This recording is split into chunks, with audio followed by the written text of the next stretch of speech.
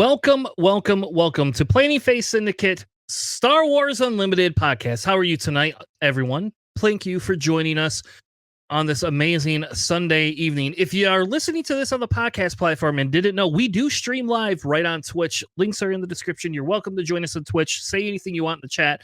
For the most part, we will share your comments. So if you want to join us for the live stream, you're welcome to join us.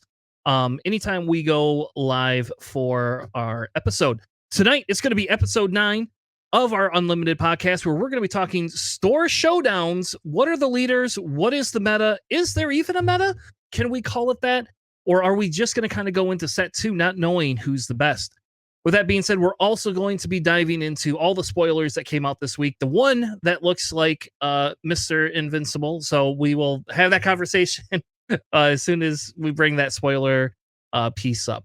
Also joining us tonight, JJ will be out, and we have a guest host named Clinton. He's going to be joining us tonight to talk all about Star Wars Unlimited, somebody that is a local with JJ and just happened to actually beat the pants off of Alex today in a store showdown. So it's going to be lovely to talk a little bit about how Alex lost today. With that being said, let me bring in my co-host for tonight. Please welcome the bench warmer himself, Mr. Alex. How are you tonight, sir? I'm doing okay. Played a store showdown. That was super fun. I ran it. I wasn't actually intending on playing, but we had a odd number. So I'm just like, well, I'm just going to join in and not have the bracket get really busted by buys and all that kind of stuff. And I made it to the final and lost. So that was fun. Awesome. Which is hilarious. We're going to, in a minute, we're going to talk about that because I want to know what the meta was, how many people and all that fancy stuff, because we've had this conversation before where West Side Michigan meta is different than East Side Michigan meta, like completely. And I actually was playing the same list Alex's almost to a T with a few different tweaks. My sideboard's a little bit different than his sideboard is. But other than that, like Alex gave me the list and I've made a couple of top 4s with it, made top 6s and blah, blah, blah, blah, blah. So it's nice to see it finally make a final, get to the finals as well. With that being said, here is Alex's defeater today. Welcome to the show, Clinton. How are you tonight, sir? Awesome, man. Thanks for having me. Yeah, so it's fun. We get to have guest hosts. JJ just happened to be out, and we're like, hey, it fits better when we have 3 people on. It's easier for a conversation. And we thought, why not bring in some guest people? Like, why the hell not? And you happened to be available, and you happened to beat Alex today. So like, we have 2 wins in your category going for you. So, like I said, I love talking about Star Wars Unlimited or any Star Wars information. So I'm good to be on the show. Thanks for having me, man. Yeah, awesome. So, hopefully all your weekends were fun. I had a very driving weekend, but a very relaxing weekend. I didn't get to play any games of Unlimited this weekend. I did play, however, all week long. I've been testing set 2. So I've been playing a lot of set 2 and getting my ass handed to me by my son, like openly handed to me by my son. And he's the one that actually didn't like the game. He was getting pissed off, but I think he's either watching videos. I don't know if he'll ever watch this or not, but if he's either watching videos, he's doing something, and he's like, now all of a sudden it's like every one of the decks I build, I finally just gave up and said, I'm not going to build the deck anymore for set 2. Somebody else build me some decks and I'll tweak them and then play them and be good at it. But I'm not going to, I obviously don't know how to cut down to 50 cards and get something that beats it. Or he's just discovered a deck that's just super amazing. One of the 2. Or maybe both, right? It could be both. Maybe both. It could be both. Yeah. So Clinton, welcome to the show. In pre-notes, you were talking to me a little bit about Destiny, and I come actually, ironically enough, the first competitive game outside of Catan that I ever played was Destiny. And I don't know if you want to consider Catan a competitive game or not. I mean, I did play a little bit competitively, but definitely Destiny was my first foray. So why don't you tell everybody a little bit about yourself? Just kind of give everybody a real short background, who you are, what brought you into Destiny, and then why you're now playing Unlimited, even though we didn't have the greatest ending of Destiny that we could have had. Yeah, so I'm an avid board game player. I have a board game collection that's pretty good size. I have a board game table that I made. It has a giant Imperial logo on the table. It's very cool. Yeah, me and my wife, we like board games, and we decided to pick up Star Wars Destiny a couple years ago, right when it came out. So we were in it from the beginning. I remember watching tons of content at Gen Con when it got released and everything, and joined in. And I have a complete set of it. I have all the legendaries, like every single more dice than what I could, do or have, right?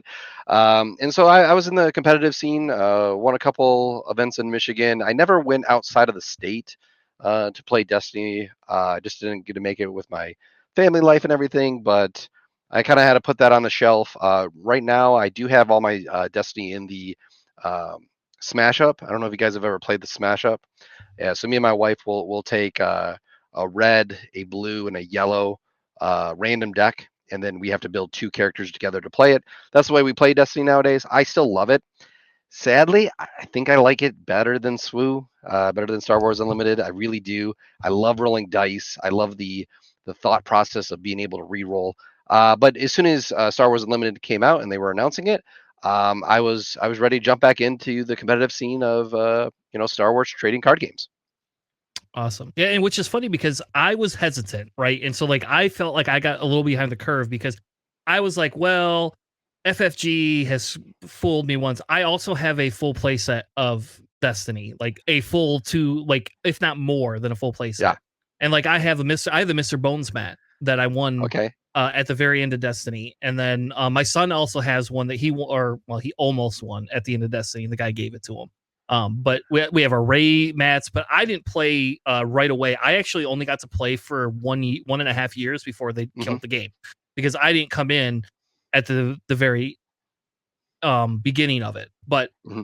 I agree with you. I think the mechanics of this game are better. I like the mechanics of this game better, but I love the dice rolling piece of it. Like if we could take the dice rolling and bring it back, I Yeah. would like that. I know a lot of people don't like dice rolling, especially TCG players. They don't like dice rolling and stuff like that. There was just something great about having that card in your hand that was like, man, this could really change the tide of like saving me from taking damage. But if I discard it and I re-roll these 5 dice and I hit all the sides that I need to hit, it felt great. It felt really good, and I like where they went with some of the mechanics. But like I said, hey, it's still a fun game to play. I still enjoyed all my times of playing it, going to tournaments, stuff like that. So I'm not sad that it went. It is what it is. Every game's going to have its time and eventually move on to the next game. So I will say so. So if I tell you I was a mill player, are you going to leave the podcast? Because I was a mill no, player. So. no. Yeah, you throw in that little bit of spice into the deck to take care of those mill players and put them in their place, right? Yeah, some of them you dreaded them, but you just come out with more guns ablazing, and you're good. You're fine. You're fine. I was also an Ewok player, just as an FYI. So that's where I actually. Oh, so you played all the trash, I think is what you're trying to yeah, say. I played new Palpatine because with the new Palpatine you got to roll all the dice. So like I was explaining this to people today, like I had an open house I had to go to, and I was like telling them about these games. With Palpatine, you had like a brick of dice. Like you literally like if you got him up to that thing, you just had a brick of dice you could just dump into a thing. And I actually had a dice roller I had to get just to play Palpatine competitively because otherwise, how do you roll all those dice on the mat? Like it's so hard. What was it? The one deck that I think was one of my favorite like pet project decks. It wasn't super competitive. It was a blast to play. It was Krennic and Sienna, I think is her name. Yeah. And I called it Roll All the Dice. And basically, once I got it set up, I literally could activate one, and it activated everything on my board, all of my supports, all of my units, and I rolled all the dice out. It was a blast just to roll so many dice. So I feel you. I feel you. It was that was a good old day. So let's move on. Let's talk a little bit about this weekend. You guys had a store showdown out in Livonia. Livonia, yeah. Okay. That's what I thought it was, but I wasn't for sure. I actually was supposed to go to this, but Alex couldn't give me a date until like 2 weeks ago. And then all of a sudden it's like, oh, by the way, it's this Sunday. And it's like the one weekend my mom's gone. Because Alex and I play X-Wing together. We have the podcast that we've also run was an X-Wing podcast. And so like I've known Alex for a little while now, and we like go to each other's side of the state to compete. And he came over for my store showdown, and I wanted to go for his, but it's like I couldn't not, like I had to take the kids places this weekend, so there was no options for me to go over there. But I heard y'all had some fun. How many people did you guys have there? Including me, we had 16. So like it was a really convenient bracket. Yeah, I worked out real well. So as long as you, so I take it everybody that had 2 and 2 made top 8. I don't recall because I did the top 4 cut, kind of like what the tournament regulations say, right? So top 4 was 3 wins and above, and that was perfect. So that worked. And then I didn't use FFG software because it's terrible at strength of schedule. So I used a different one that determines strength of schedule. So we still had the top 8. Yeah, I think it was the 2 and 2s. My wife actually, like I said, plays. She took number 8 and she was 2 and 2. So I think everyone under that was in a different bracket. So I think it worked out really well. We didn't even have to for the top 4 we didn't have to do any kind of play-ins. There was a top 4, which was great. Awesome. So the meta over here. So Alex and I talked about this because I play Red Palpatine as well, and I have he gave me the deck and said I've had insane success with this. You'll win all the time. Just play this. And yes, I played the deck wrong probably multiple times, but man, I'll tell you what, like our meta over here is not like control. It is not weird. Like people are running Sabine, and when Sabine was green was real hot, and then people were running Boba green real hot, and then like they're like Iden. The weird one is we haven't seen a lot of Iden. There has been a little bit of Iden creeping up here and there, but the majority of it is that. And now we're into yellow Sabine and yellow Boba, which I won't lie and say I took yellow Boba for the same reason so that I could win something. So I don't know if it's just the difference of side of states, but we have a lot of aggro on this side of the state. I don't, from what I've seen. So I've went to a total of 3 showdowns so far. The first one I didn't make the top 8. The second one I went 5-0 with a similar deck. I don't know if we're going to talk about my deck at all, but a very similar deck. Went 5-0, made it to top 4, and then this event made it, like I said, into the top 4, and then won the whole event. Every single event had your Sabines, it had your Bobas, like they existed in it. But the things that were winning were not necessarily the Boba and Sabines, right? Like they did make it into the tournaments and top cuts and stuff like that. Let's see here, my last showdown, it was 2 Lukes, a Vader, and a Sabine. And then this event was the Pelp deck that you guys ran, Tarkin, Sabine, and Vader, right? So very, very diverse. Yeah, which is nice. It's nice to see that aspect of it. And like I've been playing Vader Red just because I thought it was kind of fun, and it seems to have a little bit more legs than I thought it would have. Like I've gotten more wins. I will tell you, it's a lot more very close games, but I 100% like it's super fun. That's a super fun deck to run actually. Like it's kind of like I got in a little bit of a funk where all I ran was Palpatine, and then I started running Yellow Boba, and then now I feel like I can't go to locals and bring Yellow Boba because it just feels like, oh, why are we all playing like meta decks when we should just be having fun? There's no money on the line. So then I was like, screw it, I'll run Vader Red. So my local tournament, I actually ran a Vader Red. It did really well against your I want to say traditional meta that we have right now with like Boba and Sabine. It did really well into those. But then I ran into a Leia that was trying to play the long game, and I couldn't do anything against it. And so that's when I made the shift from Vader Red to Vader Green for my next showdown. So like my local was where I was kind of like testing to see what I wanted to go with. I'm from the Flynn area, so my local game store is the Card Table Republic in Davison. So that's where I typically go on Tuesday nights to play. Awesome. All right, Alex, anything else you want to talk about before we're so far away, Clinton? Because on the meta, like where I am in like Livonia, like outside Detroit, it is like actually the Wild West, right? Yeah. Like, we got one guy who regularly plays like Blue Krennic. Everyone's just testing out just random. We got like a pretty dedicated Chewbacca player. I run Palpatine. There's a couple other people running different colors of Palpatine. It's just, we got Green Darkin. Like Green Darkin has consistently made top 4 at these tournaments. And Luke's an incredible player. I used to play him in X-Wing. So it's just like, oh, that's really cool. You just see all this really random stuff. Red Vader's popping up. I think that went into the finals in a tournament a couple weeks ago. So it's just really cool around us. And then all of us are woefully unprepared for any of the meta decks. Because like no one plays it around here. Yeah. Alex came over to our side and went 2-2. He dropped his first 2 games, and I was like, holy shit! Like I won my first 2 though, so I made up for it, and then I lost my second 2. So. Wow, some of those draws when you draw back-to-back Palpatine, like double Palpatine, double Devastator against Sabine. There's not much you can do about that. Well, that's when you say it's pretty devastating when that happens, right? Oh. Well, I'm glad you just force throw it. You just force throw it into someone and call it good. You're fine. We don't You didn't throw Force Throw back in your deck, did you? I don't run Force Throw in mine. I don't run Force Throw. Yeah. I don't have my fourth units are Vader and Palpatine. Like, So my spice, probably the biggest spice that I had all weekend that people were spiced every single time I played, was Force Lightning. I played Force Lightning. I pulled it out multiple times, and people were surprised by it, caught them off guards. Some people even asked to read it. And totally honest, I would use it just for its ability, not for the damage necessary to shut things off. Yeah. Oh, you had a Sentinel? Not not anymore. Don't worry yeah, about it. It cost me one. First game. Yeah, Sentinel, Grit, K2SO. It's great against K2SO. I didn't do this. I wanted to do it. If someone played Laser Technician, you can shut Laser Technician off, kill it, and then they don't get the value out of it. So there's a lot of it. It is a very, very good card. Like, I think it's one of those ones, like, when it's good, it's good. It's hilarious against 97th Legion because it just auto kills it. Yep. I did not know that. That's hilarious. Yeah, it doesn't have any +1/+1. It has 0 health.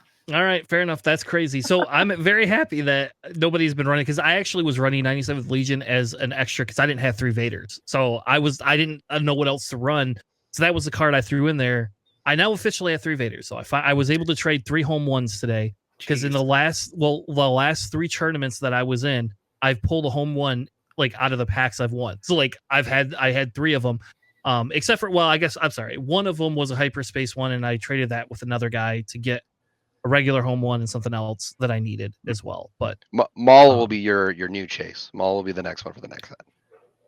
Yeah, I know. And if Maul happens to some reason come up as a leader, if for some weird reason we get the yellow villain leader Maul, that is the showcase. So I have already put this out there. If people get this and this is a showcase, let me know right away what you need, because I'm not going to pay, like, I'm not going to wait for it to like skyrocket to $1,000 and then buy it. Like, I will pay the $300-ish or trade you for stuff, because my son is obsessed with Maul. So like, cool. he was born in 01, right? So he came out right around the time that some of that stuff was like, I watched it, and then by the time he was old enough to watch Star Wars, it kind of started to make a resurgence. So like for him, episode 1 is iconic because it has Maul. So he just loves Maul. So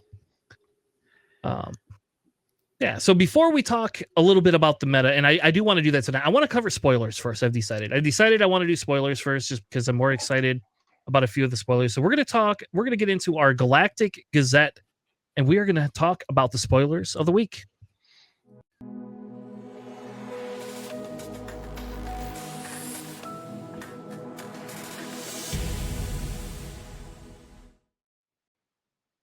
Welcome back to our Galactic Gazette. This is the time when we do spoilers. Are you all ready for some spoilers tonight? Because we got some for you.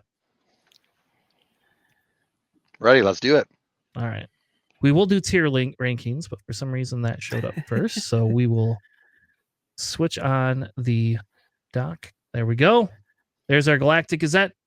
We have 3 brand new spoilers, and I'll tell you what, we're going to let the guests go first.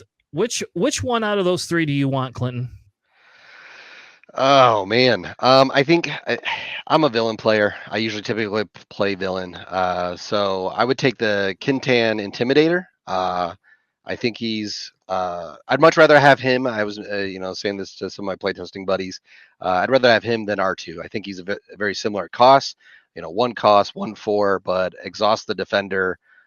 Great, right? Because he kind of can absorb a little bit and exhaust things, which is kind of nice. So that's the one I would pick. I don't think it's anything flashy. I don't think it's anything over the top. Oh my goodness! But I think it might be able to do a little bit of work in a deck, in the right deck. I think he's going to be amazing in draft. How about that? Mm-hmm. Oh yeah, definitely draft card. Yep.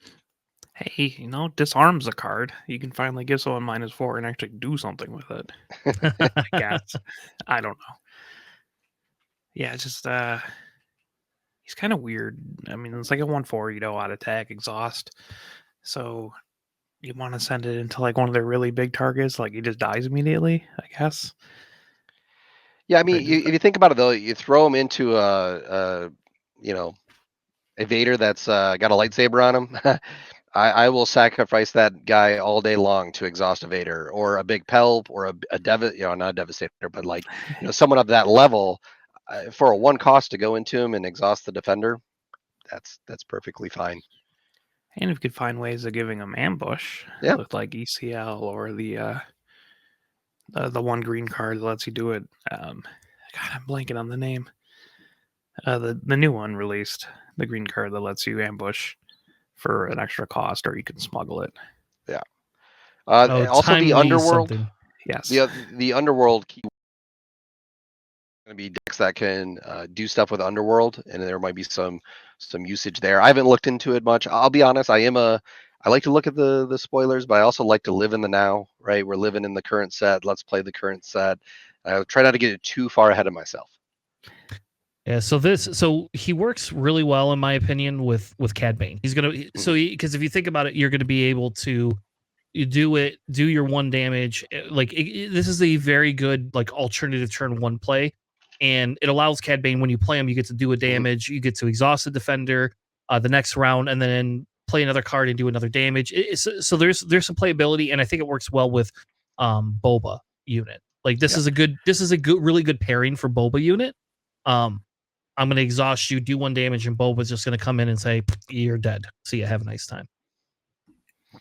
Yeah, Cad Bane might be almost like a similar style with the underworld keyword to like what Vader is in the set. Being able to do those extra ping damages, right? You can exhaust them, when you play an underworld. So a very similar thing. Yeah. All right, Alex, which one are you choosing? Gotta go with Tarful. Look at him. He's 3/9 for 7, just heroism. He's a Wookiee. He's got Restore 2, and when a friendly Wookiee unit is dealt combat damage and isn't defeated, that unit deals that much damage to an enemy ground unit. And it works amazing with Chewbacca Leader, who's also 7 and has 9 health and hard to kill and has Sentinel. So I'm excited for this. I want to build a Wookiee deck. Yeah, it's nice. He's white too, right? So like he could go and Chewbacca doesn't have to say I want to be yellow or green or red today. It can be whatever you want, and you still get this guy. Yeah, I think he's cool. I don't think he's like the best 7 cost unit out there, right? Because there's a bunch of really good ones, but I think he's pretty solid. Yeah. So all right. Tax a little bit.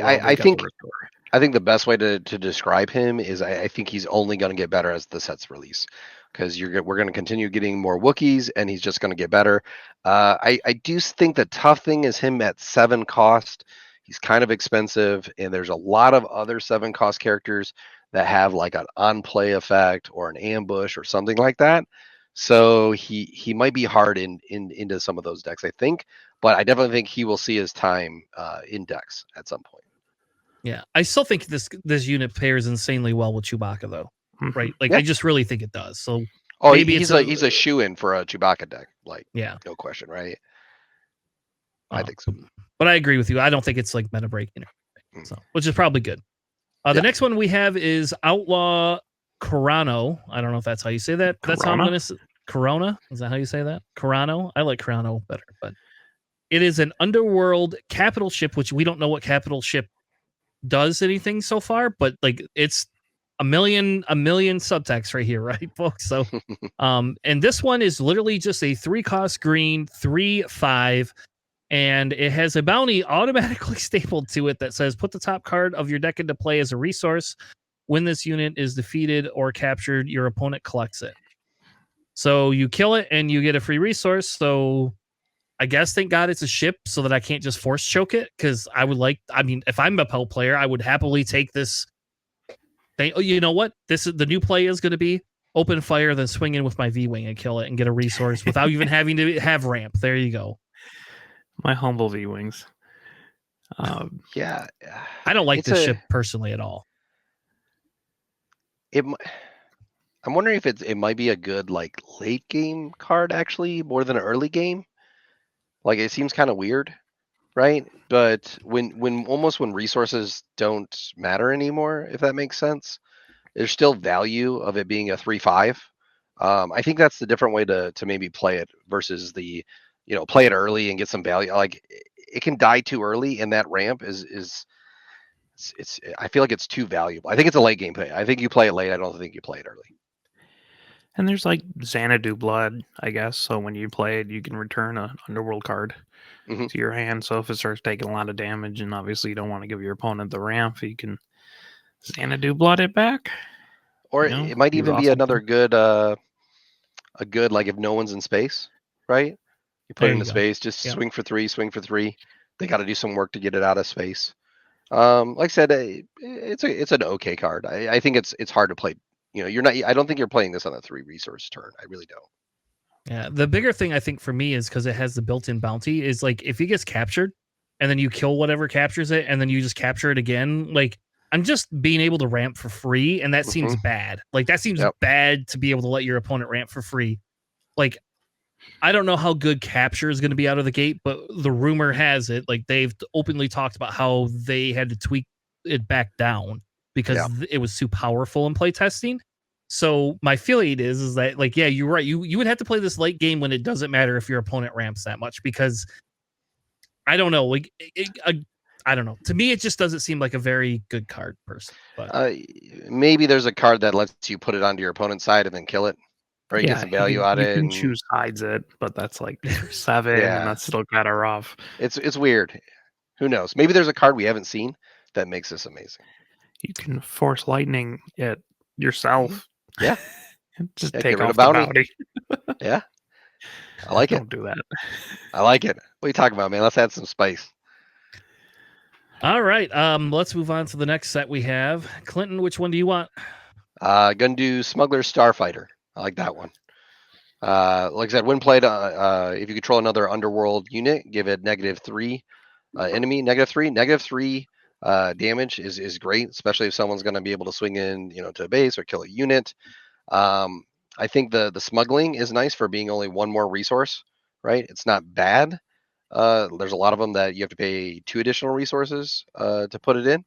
And like I said, it might be able to work with Cad Bane and a couple others. So nothing crazy. Yeah, I think this is a pretty. Actually, I think this is a pretty good card too. I think the smuggle is what makes it really good, though, right? Like that's Yeah. to me that's because now I could play it when I want to play it, and I could say give you a middle finger, right? Yeah. Um, Yeah, the smuggle's pretty. Like that's what makes the card like playable. Because when that smuggle, I'm just like, great, cool. Yeah. Cost 3 for 2/2, not that great. As much as I love my G1As, this is not. Yeah, that smuggle is pretty key. It might find a place in like Cad Bane decks because returning it to your hand, you could play it again when played and give more things -3, -0. So it's okay. yeah. All right, Alex, which one do you want? I'll make you pronounce that word, so I'm going to go with the Fugitive Wookiee. It's a 3/3 for 2, just yellow Wookiee unit, and it's got a bounty, exhaust a unit, which is not a ramp for your opponent, so it's a lot better.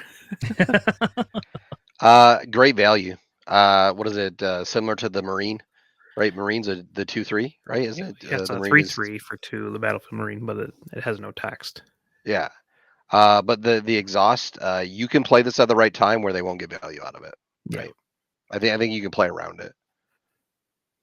Yeah, I like this card too. I think this is a really good card, and this will be really good in draft. So, Oh, great in draft, I think. yeah, Great in draft. I mean, like my Boba yellow deck just wants this Wookiee because, like, it's a 2-cost 3/3.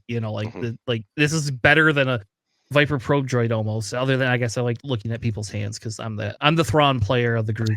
But, so all right, the next one we have is Warshire Tree Tender. I almost wanted to say Worcester sauce because that's what it reminds me of. It's a Worcester Tree Tender. This is a 2/4 3-cost blue neutral grit Wookiee. Again, nothing super special. I do like it that it's a 2/4. So, and I will tell you in Kira, this will be a really good card. And like Kira, Grand Inquisitor is gonna like this card. Definitely. Chewbacca still. Because it's a Chewbacca's 3 cost, but you can drop it down as Sentinel. yeah. So the first person that swings into it now, he's hitting harder. Yep, you better put 4 damage into it or it's going to hit hard next turn. So I like this card a lot, actually. I think this card is very high on the scale, and I like it. I like this grit aspect a lot better than what we have. Some of the set one we had some of these like 2/4, like that Capital Guard is a 2/4 Sentinel, right? Like this is a million times better. Like just give me this. Like I just like this better. Like I whatever. The other one is a Sentinel. This one says I'm not a Sentinel, but I'm just gonna kill you. You know, I don't know. Another, I think, a really good sealed or draft card too. Oh yeah, Right, just solid. Keeps you open, right? Being just blue, right? It can keep you open. It's good by itself. so that's our Worcester sauce Wookiee for it. All right, so we're gonna switch the lineup up. Alex, you get to pick first. Which one do you want? Well, I'm going to stick with my Wookiees and go with the Wookiee Warrior. It is a 4-cost heroic card, so just the white. It's a 2/5 for 4. It's got grit, and when played, if you control another Wookiee unit, draw a card. It's great. I am looking at a yellow-blue Chewbacca deck, and we just went over a blue and a yellow Wookiee, and then 2 white Wookiees, and they're all going to be in there because they hit really hard. Yeah, which is funny because they didn't tell us a lot about like Wookiees being like this keyword thing, and all of a sudden we got millions of Wookiees coming out of the woodwork. So maybe that's hope that I'm gonna get my Ewok deck here. Maybe that's coming up. Maybe I'll get my Ewok deck. I agree though. I like the Wookiees. I'll tell you, I hate this artwork though. I don't like it. I'm sorry. Like Really? I get that. Nope, I don't like it. I think it's cool. I think it's different. I would have thought that would have been more like a promo type card, like Yeah. more promo art. But I think it's cool. I don't mind it too much. Yeah, like I think they've done a good job style with the art. art. I think a lot of people at the beginning were hating on the art. I think they've done like the art has only gotten better, if that makes sense. I think on the cards.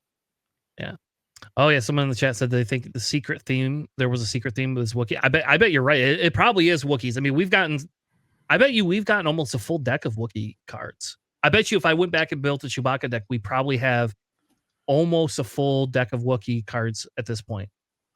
Pretty close. I have built that deck. It's pretty. It looks pretty fun. So right now there's only 8 Wookiee cards released, and that's including the leader and the current Chewbacca from the current set. So we only have, 6 new cards, and one of them's villain. So. Okay. All right, so maybe not then. But more could come, right? More could come. It feels like that's what it feels like. I do like this card though too as well. But all right, Clinton, what card do you want? Both of these are interesting. I'll do Blackstone Starfighter. Space Sentinel.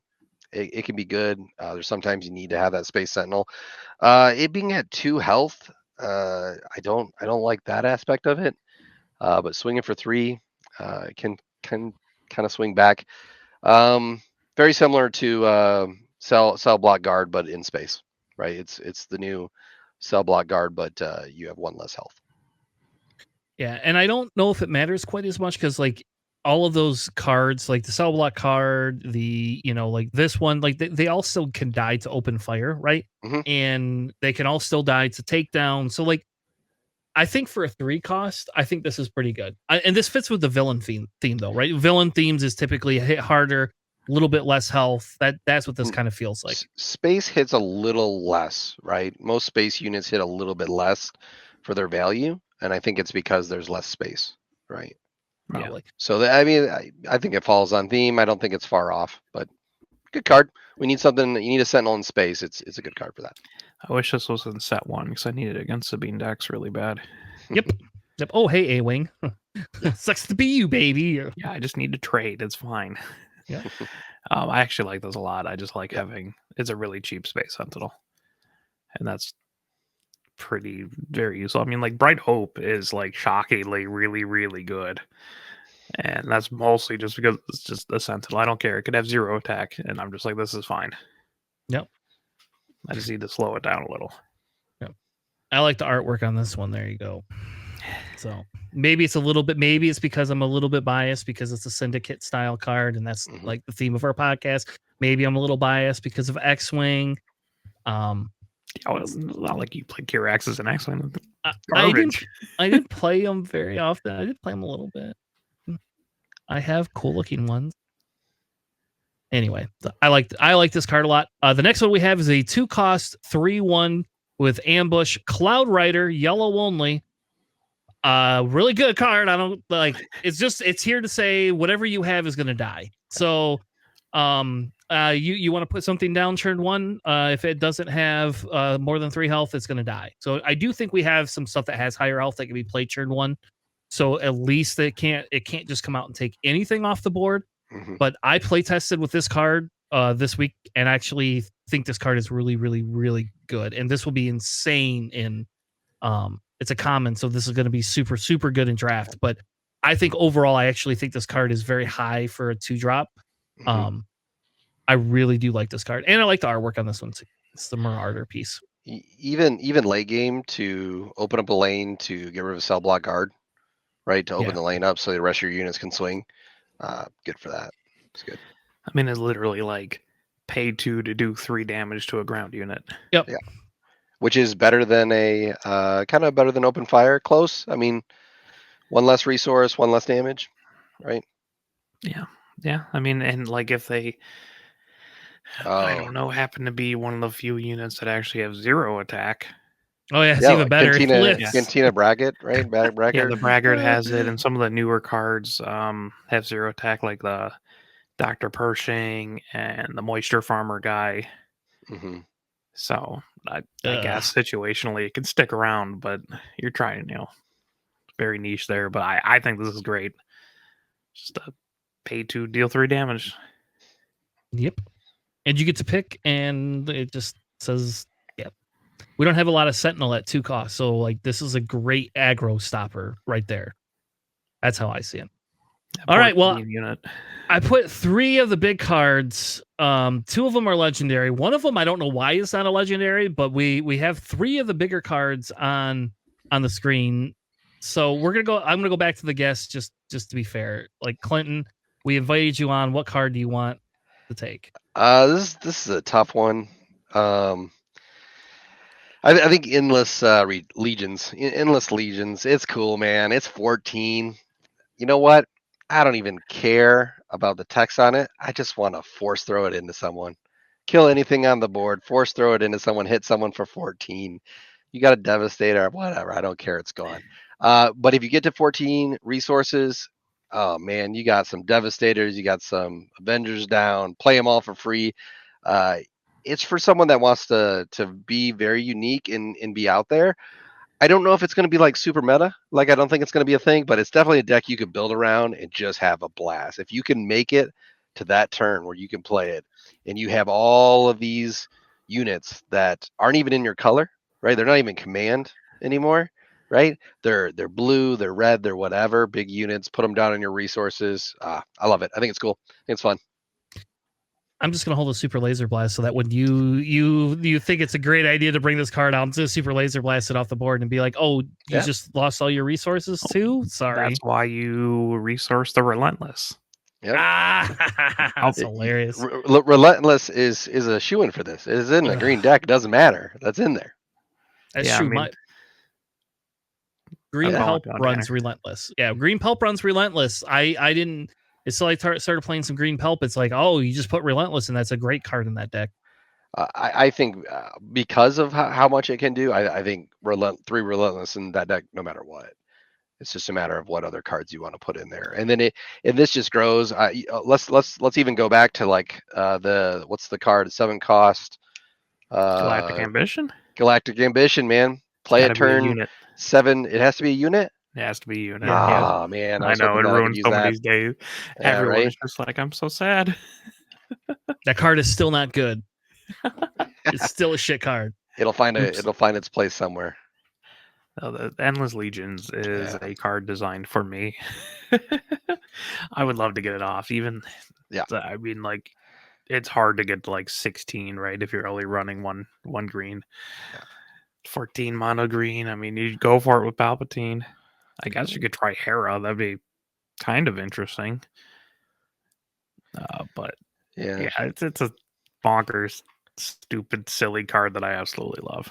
The fear for me is that it later on it gets broken some other way, right? Yeah. It gets broken some other way where you can smuggle a card that's in your resources that doesn't have smuggle on it, and you pay whatever 6. I don't know. There's going to be some I weird thing that have happens eventually. 5 or less health on my base. Yeah. For a cause, I believe, or no, You're My Only Hope plays the card for free instead of 5 less. Yeah. There you go. Just stack it on top somehow. So I want to know. I have a quick question because when we talk about smuggle specifically states that you use the resource to put another one in your disk in your pile. Is that what this does, or do you just lose those resources? So You let's say you lose have those No, resources. you lose them. So if you have Yep. all units, if you have all Mhm. units in your thing, and you just play this card, and you put all your units on, you better win because otherwise you ain't got no resources, baby. Well, you don't have to choose all your resources, especially if I- there's multiple uniques. If I'm gonna play it, I'm going to. But the What? game's over, right? I mean, if you It play better that be. many units, it's over. You can choose. So maybe you leave your whatever your one cost units that your turn one plays. You leave them down there. You don't need to play them. But I mean, if you're pulling it, shoot, give me 2 starships that are down to my resources. It's probably worth it because I mean, Devastator and Relentless. That's 18. You're only paying 14 for this, right? I mean, it is cheaper, right? Throw one more in there, and you're definitely got bang for it. But you get to It is choose. You worth. get to choose what you do. It is also only units, so any event that you Yeah. resourced aren't. You still have those other resources. That's not fair. I think so. This feels like a Palpatine green deck, like flat out, like hands down. This just feels like a Palpatine green deck. And then on top of that, I feel like you should include regional governors in that deck just so you can resource them, so that way when you play it out, you put your damn relentless out, you put your regional governor out, and then you could just like stop everything. Like you could just like oh, no more super laser blast and no more something else, whatever. Oh, no more overwhelming barrage, no more anything else. You're just done. I don't know. Like this card is silly. Whatever. Like I will tell you, if you get a force throw off with this card, and then get all your units out and you win a game, you better be taking some pictures. Yeah. Because like when I played Destiny, there is a guy that I played with my Ewok deck, and he obviously never played against an Ewok deck. And I was like burning his stuff down, and instead of going into his base one time, I like killed his main leader, and he got so angry he threw his leader card at me, like just like chucked it at me, like actually physically, like it physically hit me in the chest and then fell on the floor. And I was like, I guess you're done, like, but that's what this card is going to invoke. Somebody's going to throw something at you. You're going to get something thrown at you. You're like, oh, you just played all these things? Yeah, screw you, buddy. Hey, it's okay. I threw 3 Devastators at him. It's fine. You can throw one card at me. I threw 3 at you. It's fine. It's all good. Just don't You're throw good. your Vaders because then you lose Yeah. some money there. Yeah. Oh, that's going to be so weird when you play Devastators because that like you do damage Vader? equal to number of resources you have. So like you have to make sure you do the Devastators out early. Yeah. I don't know. We're theorying this. Yeah, we got to too keep it much. moving. Or something nonsense. Rabbit hole. Yeah, it's funny. I'm assuming this is the card that they told us just ends the game. They just wins the game when you play it. This is my assumption. Is this is the card that they were talking about? So Probably. because it's not finalizer, baby. I mean, even thinking about playing, a Vader. If you have 2 Vaders down, you can play 1 Vader, ambush, do the thing. Play another Vader, get rid of that Vader, ambush, do a thing. Like, right? So that even that stacks. Anyways, I digress. We should probably move on. If it is 109, then this is 109, baby. So yeah, I do it not is. know that. It is 109. Yeah. All right, Alex, which one do you want next? I'll take Enfys Nest. It is a 6 cost mono yellow card. It's a 5/4 underworld with ambush, and while a friendly unit, which includes itself, is attacking using ambush, the defender gets -3/-0. So if you build a lot of ambush, you can start clearing out their units without dying. It does only have 4 health though, so it's like dies immediately to open fire or like take down or force choke or any of those kinds of cards. But at least it's ambushing, and whatever it's ambushing, it then gets -3. So if it's like a cell block, just no damage is dealt back. It's kind of funny for like just like random other cards where it's just like, cool, you have 0 attack, or you're just not doing anything, or you're Rook, you needed to do damage back to me in order to kill me. Well, it's a shame if you didn't have any attack. So yeah. I like this card. I play tested with this card as well. Who it works really well with. It works very well with Jin, and it works well with the leader that we'll cover in a few minutes. The new one. So but it's fun. We finally got an Enfys Nest. I don't know if you remember, Enfys Nest was neutral as well in Yep. Destiny, so that was one of my favorite decks to run. I love running the Destiny like Marauder deck. That was fun. Mm-hmm. And we're gonna turn this into Destiny Show 2.0. Look at that. All right, the last one is, which I thought was crazy. You guys gave me the Darksaber. Is the Darksaber? This is a legendary green only. It's a upgrade that is +4, +3. It is a little bit different than what I originally had said. My original thought was I wanted it to be the card where when you killed another unit, you got to steal the lightsaber or the Darksaber and put it on your unit. That was my theory, but then you also like got an experience token, and then it made it harder for them to kill you. So this instead is, while playing this upgrade on a Mandalorian unit, ignore the aspect penalty. Attached unit gains on attack, give an experience token to each other friendly Mandalorian unit. So seems pretty good. This is a no-brainer for Mandalorian deck. No-brainer. Yep. No-brainer. Yep. Yeah. I was gonna say, as a Mandalorian, Sabine. Yep. Stop it. Who comes out Stop. on the Being same green. turn, but the Darksaber turns 6/8 on turn Gives her 4. some extra health to be out of range of things. Yeah. And just keep beefing her up. Yeah. I think it definitely goes in your Sabine green deck. The question, to be totally honest, does it make it into the other Sabines? Is 6 still worth it for that? 6 is high cost for Sabine. I don't know. Well, you can give it to Sabine herself because you ignore the aspect penalty, right? So if you have enough Mandalorians in like a yellow Sabine deck, which would be kind of weird, but if you do, yeah, I guess so. Even then, it doesn't. Yeah, so you Yeah. play this. Yeah, you play this in Sabine, no questions. And if you have both Sabines out, both of them get the experience token. Well, it is a unique upgrade, so they can't both be equipped with Darksaber. But yeah, No, but the on attack, it's each other. Right, it's each other. Yeah, so both Sabines go up by 1/1. No, right? It's gonna only be the other. So if you have two Sabines and you have it on Sabine leader, you swing with it. Sabine unit gets this. You have to be at 3 Mandalorians to get 2 experience tokens. Yep. Gotcha. Yep. But still, Mandalorian decks. I think Mandalorian, to be totally honest, I think is one of the higher title or traits that we have. Right. There's a lot of Mandos. Yep. I like the Mandalorian, so like that's kind of one of my key things that I wanted to play this next set. Hondo's my top one, just so everybody knows that's the one I want to play the most. But this is almost, I don't know. I will tell you, in a green deck, period, for 4 costs, this is still a pretty good upgrade. Even if you're not giving experience tokens for 4 costs, this is still a pretty bloody good upgrade. It's not as good as like a Vader one, but I mean, for 2, you're putting Vader's saber on, and it's what, the +4, +1. So this is 2 costs more. I don't know. I still think this is really good. And you also have that card that lets you make things Mandalorian. Yep. So right now for a Mandalorian cards, there's 28 cards with Mandalorian in the text somewhere as a trait. 28. There you go. Yep. Like ships have it, units, things that get it, right? There's definitely going to be a Mandalorian, I think, decks, maybe even a couple different colors, because it's spread out across, red, blue, a little bit of green. Green's probably the smallest one that we have.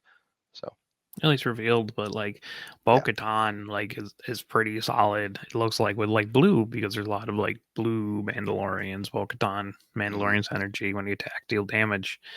And putting a Darksaber in that deck is totally fine, because you just ignore the aspect penalty. Just make sure 90% of your deck's Mandalorian. Yeah. It gets real scary. Yeah. Let's go on to the next one. All right. Clinton, which one do you want here? I'm going to do the pre-Vizsla. I don't know if I said that right. I may have slaughtered it. Nope. I once again, 7 costs. When played in the on attack, you may pay the cost of an upgrade. One thing to note: shields and experience are free. They don't cost anything, so you can take those away, which might cost something to die when you play it, which is kind of nice. and then you can take that unit. So the other interesting thing that people are talking about, we were even talking today at the show, is having entrenched. You can actually, based on what some people are saying right now, is you can on attack aim for the base, take entrench. You still get to do the damage to the base, and it ignores the you can't attack the base, is what some people are saying right now. So it's kind of an interesting kind of setup with them. Now, granted, you have to have the entrench somewhere, or they got to put it on you, or something like that, right?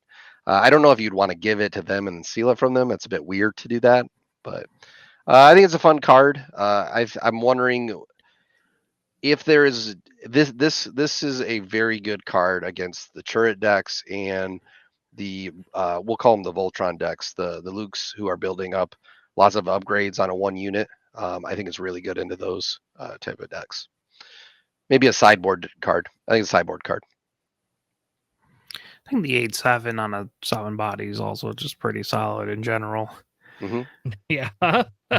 This is really like the health on this thing. Like this is just good. This is a hard person to kill. Unless you're blue, then you have like Well, I didn't stop it. so many different cards that just outright kill it. Yeah, here, let me vanquish that for you, baby. Here, let me fell the dragon. It's cheaper. You know what? Put a dark saber on it. Make it a 12/10, right? 12/10. It's fine. So, Yeah, just steal someone's dark and then saber. give it an oh no, it's other ones, so you can't give other Mandalorians. But So I think it's good. I think it's interesting. The only question I have is, so if you, because technically there's no cost to that shield or that experience point, do you get that then? Is it technically considered a zero cost? Like, I'm assuming that's how they're going to rule that. Yeah, you get to move the shield to you, which makes it even. I mean, shields might be the thing to seal most times. It's free. You don't have to pay anything for it. It makes this last longer, so you can seal another shield. Against blue decks, I think it's a great card against blue decks. Like really good. Like the Luke blue adding shields all over. Let me take the shield. That's fine. And you get it before they attack too, right? So like you're getting that shield. Yeah, you're getting that shield, right? So then you're attacking them. You take the shield. You get to deal the damage to them, and then just pop the shield and say, "Go fuck yourself," or "Screw you." Sorry, shouldn't swear. If you look at like the token upgrades themselves with shielded experience, they do have a little cost in the top left-hand corner of 0. Do they? Yes. Mm-hmm. All right, that's good to know. So you can just take it. All right, let's move on to the next one. Alex, what's the next one that we have? Oh, I'll take Brutal Tradition because I know you want the gauntlet. So it's Brutal Traditions is a 2-cost blue-black upgrade. Gives you +1/+2. And as an action, if an enemy unit was defeated this phase, play this upgrade from your discard pile, paying its cost. Which I know is something that Chris, you super wanted to play. They have upgrades that come out of the discard pile to play.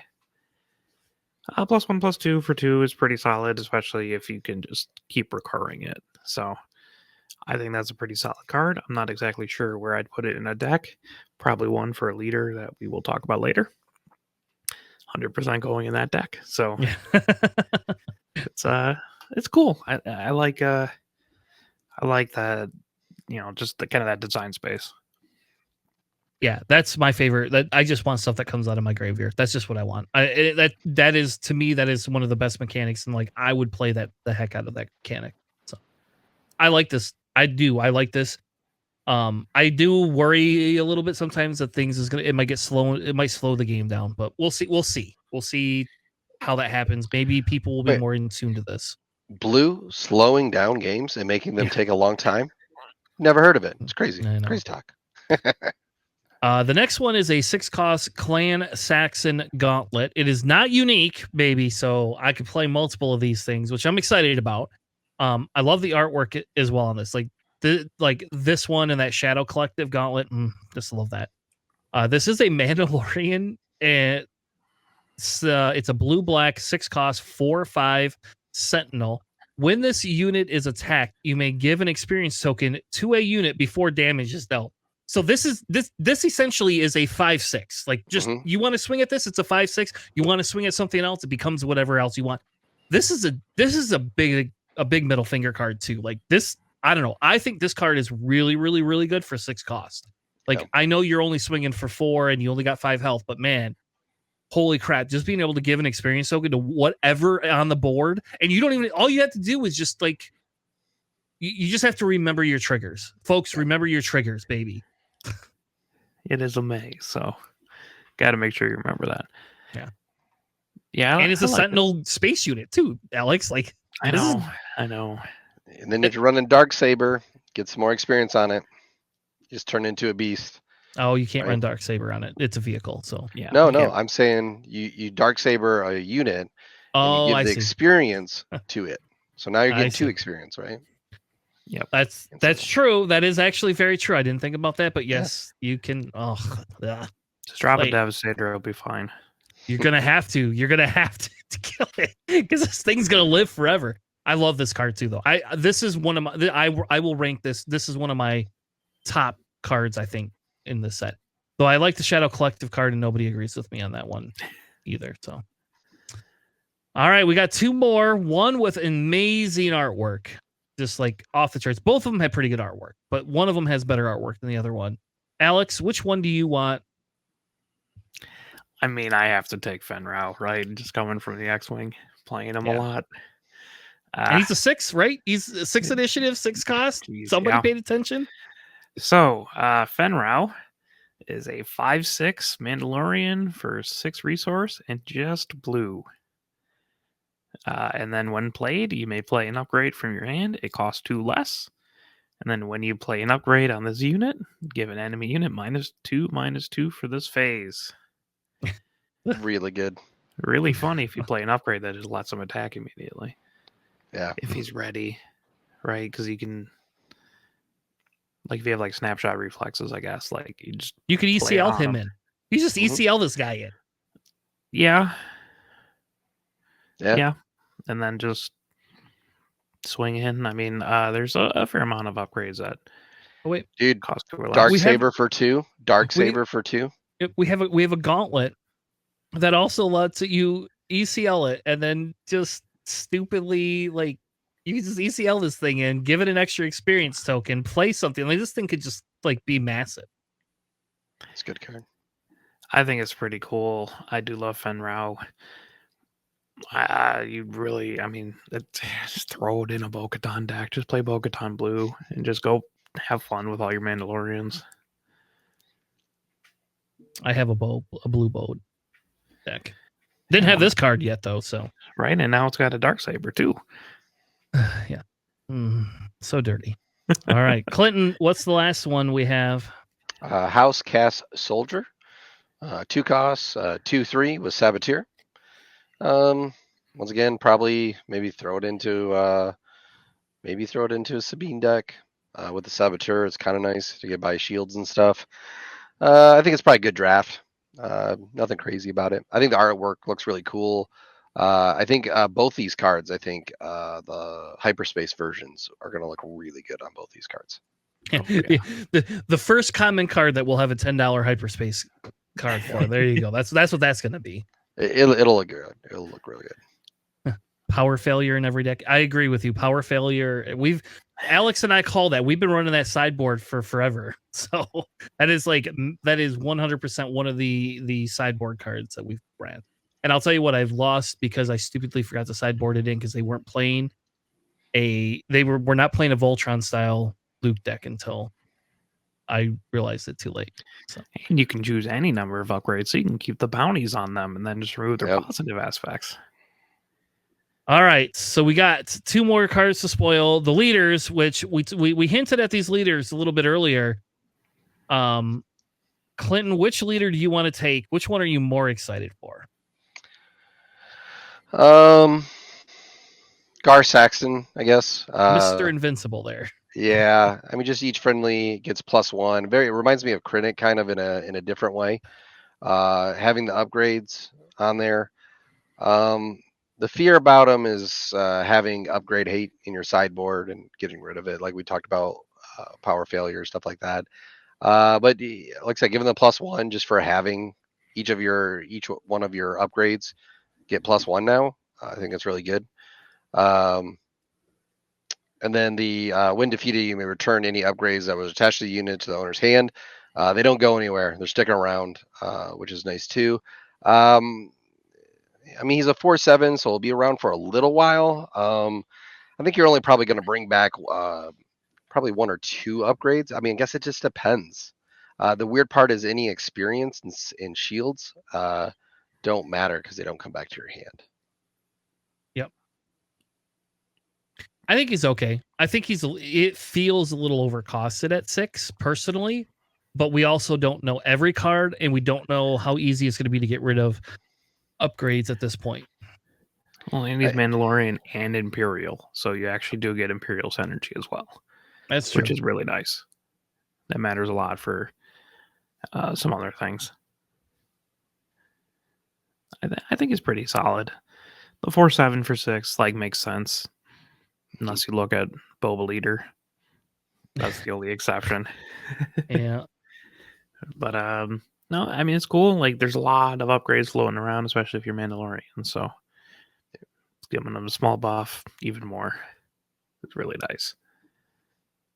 Yeah, and we'll see. We'll see. Maybe there won't be as much upgrade tech out of there, but I think you're right. I think that's going to be the biggest problem. Is that if it become, I think what it's going to do is it's going to be really good in areas that people don't play a lot of upgrade hate, and then you just take it to a store showdown and you just win. And then once people start playing it all the time, then everything just is going to change. It's just swinging the meta the other way, and everybody's going to be running upgrade hate. We all run restock now half the time because of the stupid index, so. Yeah, I don't think this wins anything big. I mean, not to say that it can't. I think, if we're talking big tournaments, I don't think it does because you can deck against it. If someone's playing it and there's a deck now, local tournaments, yeah, you can go in. No one's got sideboards, play best of ones. It's over. Maybe, but I just don't feel long term. I don't know. It depends. It depends on how they can manage and how they deal with the upgrade hate. Yeah, I mean, if you swing into the Clan Saxon Gauntlet, it's all of a sudden it's 6/6 now, which is pretty terrifying. All right, Alex, what's the last character that we have? You know Fennec. You take Fennec. All right, Fennec Shand, whatever you want to call it. I call her Shade because she's kind of a shady character. This time she's in heroic. She's honoring the deal. Obviously, she goes very well with the new Boba Fett. Hers is action pay $1 and exhaust it to play a unit that costs 4 or less from your hand, paying its cost, giving it ambush. They learn from their mistakes, folks, because a lot of people ask those questions like, oh, do I have to pay for it if it says it? Yes, you do. It says it right here. So thank God they fixed that. This one is a 4/4. And she comes out on resource 5. Her unit side says she's a saboteur, which is really nice. And her action is play a unit that costs 4 or less from your hand, paying its cost, giving it ambush for this phase. This time it's free, and this time there is 0 times that you can do it. So you can hold her to late game if you want, and then just ambush a bunch of crap out. Personally, I don't think this is a super impactful card. I will tell you, though, we did actually build a couple of decks this week with her because I wanted to see if there was a weird broken mechanic. Outside of the fact that she just dies, she just dies. She just dies. It doesn't, for the most part, it doesn't matter what you do. If you aren't shielding her, if you aren't doing something, she's just dying. And you're killing her because you can't allow her to give ambush. You have to kill her. There is not a question in your mind. If you see that on the other side of the table, and you just go kill her. But she just dies so easily. Overwhelming barrage, we've opened fire, force choke, force throw, so just even that, because you could just discard your own card and kill her. So I don't know. At first I felt she was undercosted, then I feel like now she's overcosted, but I'm happy that she doesn't come out on turn 4 because she might be a little bit harder to deal with. But overall, there's got to be some other mechanic gimmick to this. She plays really well with a couple other cards. Emphy's Nest, again, is one of them because you don't have to use her ability to get that ambush off of her. So, I don't know. I like her as a thing, but I think she's just going to be a draft card. That's what I feel like. This is just draft. I think she's going to suffer from IG. IG. Yeah. She's going to suffer from the same thing. The 4 costs. I don't want to say go out on a limb. I feel like it's going to be very hard on the unit side to pull off the action. Like you're gonna put her down, and everyone's gonna be ready for her. And I mean, maybe that's where she's good. Is people, you do everything, and they're passing, and then all of a sudden you're like, okay, I pass. Oh wait, you're not gonna bring her out? And be like, no, I'm good. You lost all your resources. You didn't do anything. I'm okay with going the next round. So it might be this really weird meta where you don't play her, and the fear of her makes people not. It makes people play differently, if that makes sense. This might sound kind of weird, but she seems pretty good for like control because you were just wiping out whatever card they play with ambush, right? I mean, you have to pay a little bit extra if you're going to do that, but Yeah. Like you just clear board and then Mhm. hope you get to an end game state with her. Which You're is saying kinda the cool. unit side? You're saying the the leader side, just use it as a leader? Yeah, just Yes. no, It's just like It's ambush on a stick for 1, right? for 4 across lats, but it's just like you can wipe out a lot of board just by like so we were just talking about the Cloud Rider, right? Getting the 3-1 ambush. You could just do that for cards that have a little bit more health. And There is cards, just so you know, when we were playtesting this week, there is cards that do work very well with her that I did not think of at all until we actually built that deck, and they do very well against like, and this is like an anti-aggro style play, Right. really. I mean, And also oh sorry, go on. the thing I was gonna say, the saboteur, I think, is what might push it to where it might be something. And maybe it's your finisher. You get him to 4 health, and then you play it, and you swing with it, and you can get by Sentinel, you can get by shields. Once again, they got to take initiative and other stuff like that. I actually feel like you play her later. I don't think you play her early. I think you play her later. I agree. This is kind of what we were saying a little bit with Kylo too. Like Kylo feels better late game, mid game than it does early game. Mhm. And like I said, I will tell you, like when we play tested this, just that ambush for 1 cost, like so there is enough cheap units that you can ambush in that have raid, Mhm. for example, that do really well. Like there's a specific peacekeeper that is like what, a 1/5 or something like that with raid 2 that swings in, and he's a 2 or 3 cost. So like whatever. So like this unit just comes in and just like doesn't die, and then has I don't know. Like I don't think she's as good as Ray. How about that? Like I like Ray better. Plain Ray felt better, but I bet you there's a weird mechanic, and I bet you in draft she's probably really good in draft. What if I play a bunch of Wookiees with her? So now they all have ambush and now they got grab. Well, there you go. And you throw Tarful down, and I don't.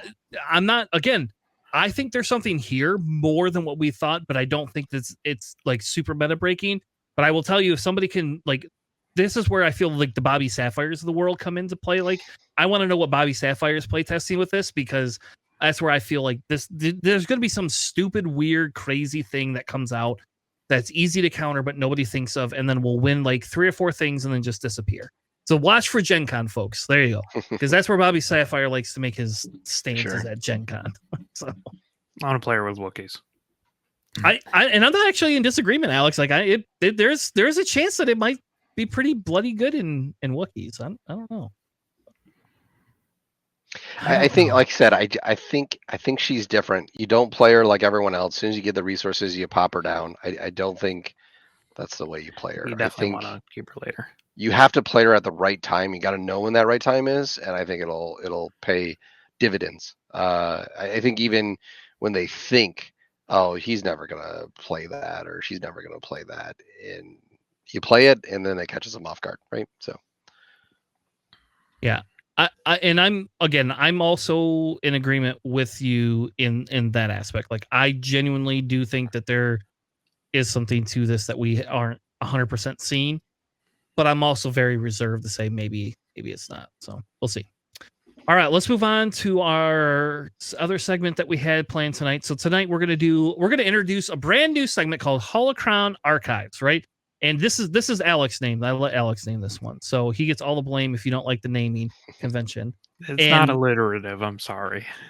And essentially, this is a new segment that we wanted to start that's a little bit more. So our 4 causes are for fun segment, right? And then we have our galactic news, and we have our academy training, which talks about like how we train people and all those other things. This is our competitive segment, and like our podcast is not geared. I'll be honest, our podcast is not specifically geared to a competitive nature, but there is a competitive nature to this game. It does exist, and people do like to drive for it. So what I wanted to do is create a specific segment that says, hey, we look at a little bit of competitive stuff and help you along the way. We're not KTOD, but we got some competitive in us. So welcome to our Holocron Archives segment.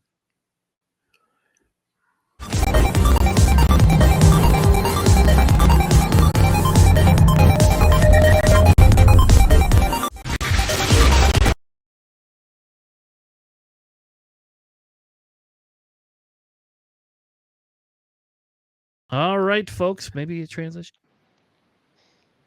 All right, folks, welcome back to our Holocron Archives. This is our very first competitive segment discussion. Tonight, we had a gentleman named Cody Cressman. I'm going to say that because I believe that's how you say his last name is Cressman. He has been working with the community to try to put together statistics for us, right? And if you've ever watched our X-Wing podcast, you'll know that I love statistics. That's what I majored in. That's what I do for a living to some extent.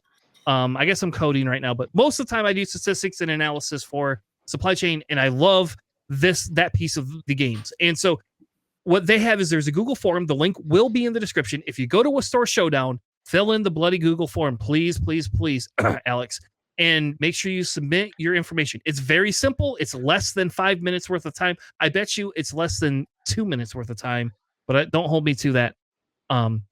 But essentially is you go fill out this form, you submit information, and what they do is we have a high level look at what leaders are winning, what leaders are placing as finalists, and what leaders are placing as top four. Now, what I will say is two things. I'm gonna be two matter of fact things. One, there's a lot more data that this gentleman has presented that I am not going to include tonight. Tonight, we are going to focus just on leaders. We are not going to get into aspects. We're not going to break down anything else in any way, shape, or form. We're just going to look on a base level at leaders. I have reached out to Cody, and I will plan on trying to have him on the show just as an FYI. So hopefully you like that type of stuff. That's the type of stuff I like. I know I'm the weirdo that likes math and numbers, but that's how I make my decisions on what I like to run for Store Champ, because I like to do things based on that. Clinton, ironically enough, Clinton mentioned he saw the statistics and based what he wearing today on some of the numbers that he saw yesterday. So let's be fair, like this is good data and data driven, man. Data driven decisions. Exactly. And that's what my focus is as an individual. Our X-Wing podcast aggressively focused, and we worked with a gentleman named Ekpair, who is a lovely gentleman out of Europe, and he built a website called Pattern Analyzer for X-Wing that essentially did a lot of this analysis. I've tried to convince him to do this, so maybe between him, maybe we get him and Cody together, and maybe Cody will help make it, because I don't know if we're going to ever get this out of FFG. I don't know if FFG ever thinks like this. So. If their tournament manager could work correctly, I guess that would be maybe one way they have the data. I think it'd be a leaps and bounds, even for them to have on their site, to have this content and information, and so you can sort it. So some of my concern, I don't know if you know the answer to these questions, is like, how do you make sure that there isn't a report from two different people?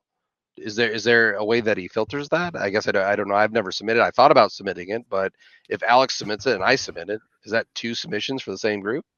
Probably yes. And we don't know. I don't know either, and that's kind of why I want to have Cody on, because I want to talk to him about those things, because we actually worked with Ekpair on that, and that was like that for X-Wing, because we had tournament software. They took the API feeds and they built data out of API feeds, so that way you couldn't create, like, I guess you could go clone a tournament if you really wanted to and redo all the stuff, but because it wasn't a Google, like, that was a lot harder to do. Nobody was doing that. Nobody was doing that. So real quick, I just did a snap of his QR code. He does have store, city, and county and a date. So if the store, city, county, and the date are the same, most likely it's the same event, right? Yep. So, and my guess is he's running. He talked about running COUNTIF formulas and different things like that. So my guess is he is filtering that out. He's got to, right? So yeah. But on a high level, so on a long story short, is we haven't had a lot of data for the SWU community. This is amazing to me, just based as what it is. And like, my big thing is like, I want to talk a little bit about, because like, I have a feeling that we could actually talk more in depth. And one of the big things is, if you look at, for example, Cassian, right? Like, I want to know how many times Cassian was actually played versus 1 versus top 4 versus all of that. And I don't think Cody's had enough time to build into that, right? But that would, to me, that's the bigger interesting thing is if we can start collecting larger data sets, then we can get that. And if FFG wants us to use their software and just wants to, if they don't want to do this, they just want to throw an API out. There is somebody in the community, for Christ's sake, we had somebody build a specific software that I'm not allowed to mention on the show, but there's a software that was built that allows you to play games and it's collecting data as well, right? So if we all were able to use FFG software and they'll let us throw an API out, people in the community would build something, and I will happily I'm throwing my resources out there. I will happily sit with people and help them with what we did with E-Pair and X-Wing and how we built that. I don't know the mechanics behind it, but I understand the statistics and some of the numbers that we drove towards. And that's what we did. Because like Alex and I would sit there and talk about, well, we have loot card A and loot card B. One's worth 5, one's worth 6 resources. Which one do we see more? Which one's winning more? And if you actually look at the numbers and take the standard deviations out, they were very similar in win rates based on the decks that they were in. Right? And so that's what I would want to know. This game just gets insanely more complex because we have a secondary aspect that we don't have an X-Wing at all. So tonight, long story short, tonight we're not going to look at aspects that these leaders are running. We're only going to look at the meta, and then we're going to rank them. That's what we're going to do. We're going to rank them from S tier down to D tier. So it's going to be S, A, B, C, and D. And we'll define our tiers in a few minutes. But what I wanted to do is kind of look at like the meta, because you can see there's a lot of stuff played, but there's not as much data, for example, on Jin or Hera or Cassian or Chewbacca. But IG. out of them, or IG, like there's nothing, like very little for IG. There's one little sliver. Yep. He's got as much as Jin does. So there you go. I mean, there's that. And I will say again, this is not all the store showdowns, right? We know there's more than 178 stores that had store showdowns. We don't know the difference between how big each of them were. That's also a factor too, right? And you have factors of different meta. But I think on a large level scale, if you look at this overall, you can see obviously Sabine and Boba are played the most. And the bigger question is it looks to me like Boba has a higher level of finalist than Sabine does on average. Again, we don't have the specific numbers, but based on this chart or this graph, that's what this looks like, right?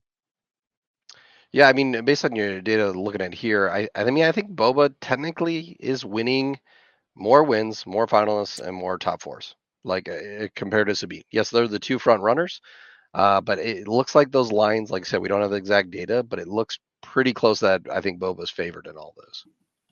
Yes. And if you also look, the next highest line is Vader, followed by Iden. Iden technically Iden does. Vader has more top 4 cuts. I see. Okay. Than Iden, right? But you're talking probably what, 15 games, like 15 events. Yeah, 10 to 15. Yeah, I'm actually a little bit surprised how high Iden is. Honestly, I mean, we have Iden players in my meta, but I didn't expect it to be like the third most taken. So the reason here, so this is my personal hot take why Iden is where she is. I think it's stores that are doing best of ones. Stores that are just doing best of ones. Iden is powerful, can do a best of one, can make it through one game, win the game. I think that's where she's got it. I think when you go to a best of 3 format, Iden falls off. She just takes way too long to do stuff. That was actually my first store showdown was I played Iden, and I just couldn't finish the games in time, and it hurt me there. Yeah. And I don't know, and you could be right. We don't, again, on a high level, we don't know specifically, but I do agree. Like, Iden was a surprise because, like, I mean, we haven't ran into it a lot over here. Like, I won't lie and say that there's a couple of players that have been playing Iden in my area. It is floating around. It's a lot. To me, it feels like a lot harder deck to actually play, to just pick up and play than other decks, though. Like, for example, Sabine does have different lines and you have to play, but Sabine Green is kind of easy. How do I get units down and how do I do an insane amount of damage, right? Iden is, I need to know what I'm going to do this turn, what I'm going to do next turn, and hopefully what I'm going to be able to do turn 3. And I have to be able to analyze what you're going to do so I know what cards to keep and what cards not to. Because the first time I ever played it, I was like, "Oh, this looks like an easy deck. There's no way I'm just going to blow everything off the table and move on." No, it is 100% not that. And you have to know what you're going to do different between like a Sabine style, like an aggro deck versus a control deck versus a mid range deck. I don't know. Control really works really well against mid range. I don't know why. That's awful. Like I've had better success with Iden against mid range decks than anything else. Like just hands down. Anyway, that's a side note. I didn't. Once you get Avenger down, if you can control the mid range, you control their board, and get Avenger down, it's pretty brutal. Yeah, they play less units, right? So generally, like if you have like spot removal like that, you can do pretty well. Yeah. The other piece I thought was super interesting. I don't think the Vader is very interesting personally because I think Vader was designed to be a good like I think Vader was designed as a very good card. Like I don't think that there's any question about that.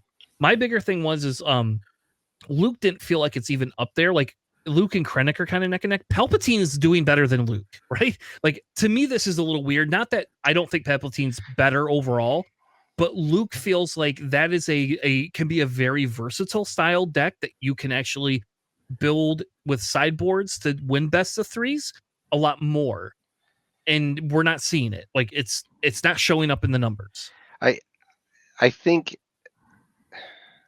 Sabine takes Luke out of the picture. I think Sabine is favored in the Luke versus Luke deck.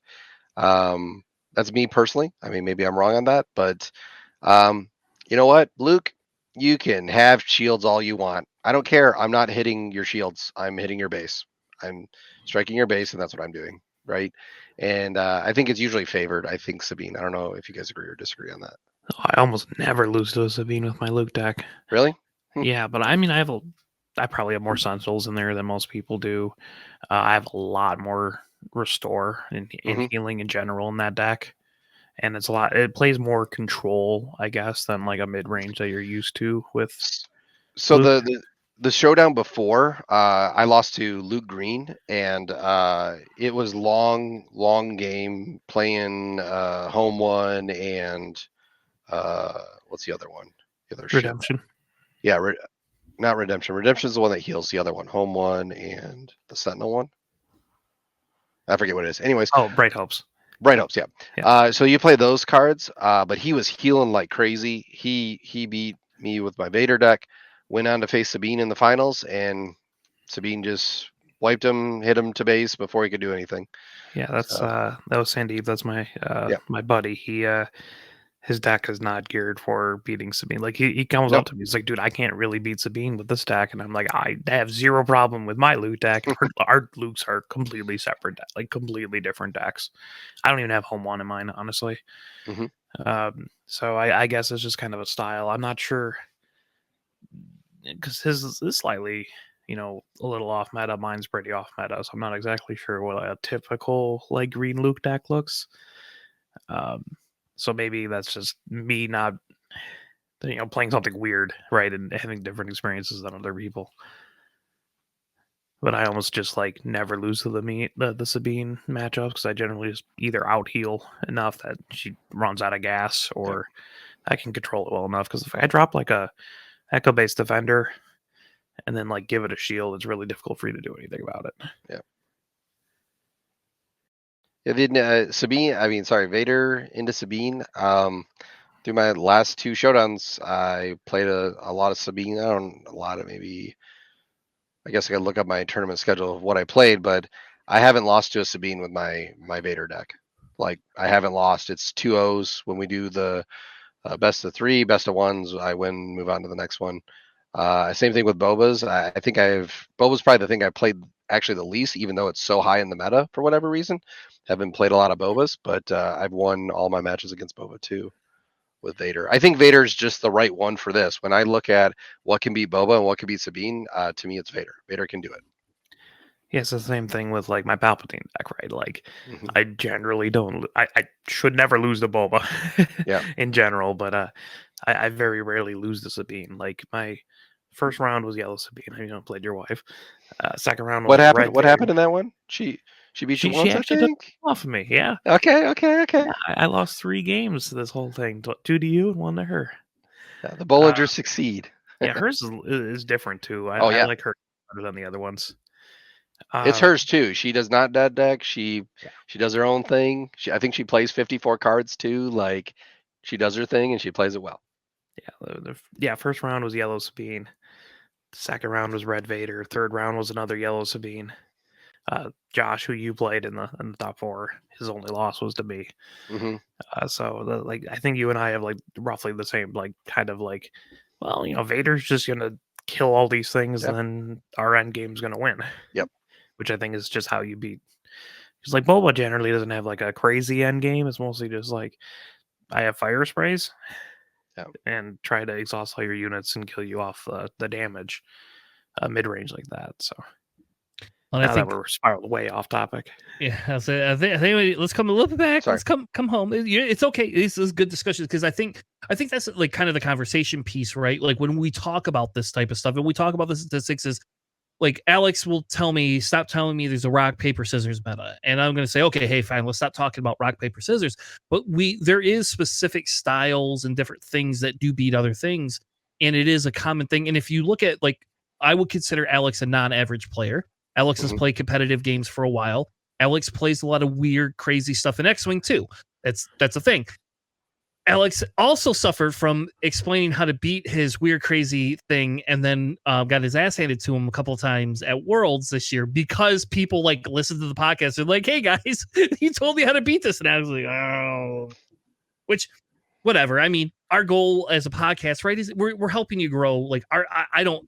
But if I win top finalist, great. I'm happy, cool. But a bigger idea is how do we help other players? How do we bring people to similar levels so that we can all feel comfortable being at a similar level playing these type of decks? That's what I want. I don't want to be the guy that's super competitive that wins everything because I know one secret that nobody else knows. That seems silly to me.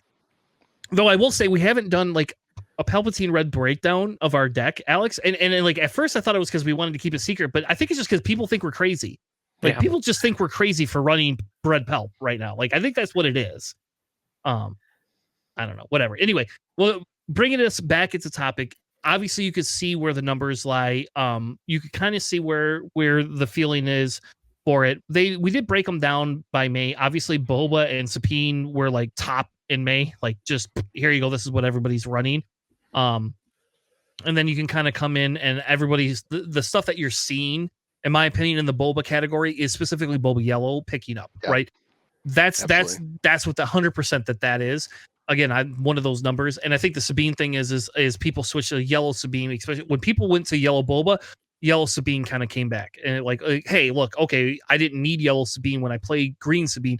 Now I do need it because yellow Sabine is a harder game, but can actually have a million more answers than other things do, right? We also seen an uptick in Thrawn, right? And we seen an uptick in Thrawn in June, like not Thrawn, I'm sorry, Tarkin, which I think is hilarious because like Tarkin's numbers are coming from June, so that's whatever. That's kind of cool. Like Tarkin's making a comeback, but I didn't think Tarkin would ever make a comeback. I blame Luke. He's been playing that green Tarkin deck real well, making top 4s all the time. Yeah, so that's kind of what I want to talk about. I don't think that there's much more, in my opinion. There's not much more that you could really go into, right? For leaders, there's more statistics we could look at, but we don't have them right now. So what I want to do now is let's go through and kind of do like a tier ranking. So we just got to see where all the different things are. I have all the stupid little characters down here, and what we're going to do is we're going to pick them and we're going to discuss, where we feel they fit into a tier ranking. And I think some of them are easy. So, for example, we're going to pick some of the easier ones that we will have less arguments about, and hopefully that kind of fleshes out right where some of the top ones sit. Now, what I want to do is I'm going to define it, and you guys will have a chance to rebut me and whether you feel this is what it is. So, to me, S tier is either what I would call a broken deck or pretty much an almost broken deck. It has a few counters to it, but for the most part, is going to win against, let's just say, 90 to 95% of the meta, right? Like it's something that probably should be tweaked. A tier is just a good deck, something that you would play, something that you would that wins against other things, but does have counters, and it can be beaten by, let's say, a B tier deck played by a good player or a C tier deck played by an amazing player. That's kind of how I see A tier. So B tier obviously then just kind of takes it down a level. It's the same thing. A B tier deck is something that a really good player can take and go, okay, I can make this and win tournaments and do these things with it. But an average person can't just pick it up and play it. And it doesn't mean that it's not good. It just means that it's middle of the road. It's middle of the pack. C tier is what I would consider slightly for fun with some competitive nature to it. D tier is why are we playing this unit? So does anybody have any questions or any thoughts on the tier analysis? Is there a way to share that link with me to see where you put stuff, or is that not possible? I just can't see your little tier thing. I apologize. Yes. Yeah. I don't know if that's possible, but it is. I apologize. Okay. I will get I'm just viewing it on Twitch. Cough. Yes. Oh, I That's guess where I you- could do that too. Yes, that's where, just so you know, that's where it is. It's all on Twitch right now. Okay. Yeah, I mean, like S tier, I feel like I'm not sure if it's like because we're just doing leaders, right? So it's just like leader. mostly particular. Like I feel like S tier is just like, well, these leaders are a cut above pretty much every other leader, right? They're an S tier, and then A would be like they're really good leaders that can beat S tier leaders, but like you have to be good at the game in order to beat the S tier, and then be just a tier below, and then down to D. And like D's not unplayable. You're just having they're quite interesting decks there. I think that like that's my opinion of like S or D tier. But is there an do we want to start? We're gonna start with Jin. That's what I'm gonna start with. So I'm starting with Jin because Jin's the easiest to start with. Where do you all feel Jin should sit into? I think there's a lot of unexplored space with Jin. Okay, but that doesn't answer what tier you're gonna It's put got to her. be. She has to be at the bottom. She has Yeah. to be at the bottom. I So- agree, D tier, but there's a lot of unexplored space there. I don't think she's outright bad. I just think people haven't made a good, consistent deck with her. And the other thing I want to caveat this with, this is focusing on Spark of the Rebellion sets, right? This is not specifically going to include what we see in set 2. And I also want to kind of make it like, I guess I can understand, like, if we could include draft a little bit. Like in draft, Jin is actually really good. Just like we have played Jin in draft. If you can get people to allow you to draft Jin cards, Jin's really, really good in draft. But you have to be able to get the cards. So like, I don't feel she becomes a C tier because I still feel you have to be given the cards to play her. Otherwise, she's horrible in draft. I think she's the best D tier leader out of like the two other ones I'd put in D. All right. All right. So we're going to pick IG next. I don't think that's going to be I don't think we're going to have too much argument on that one. IG will have his day.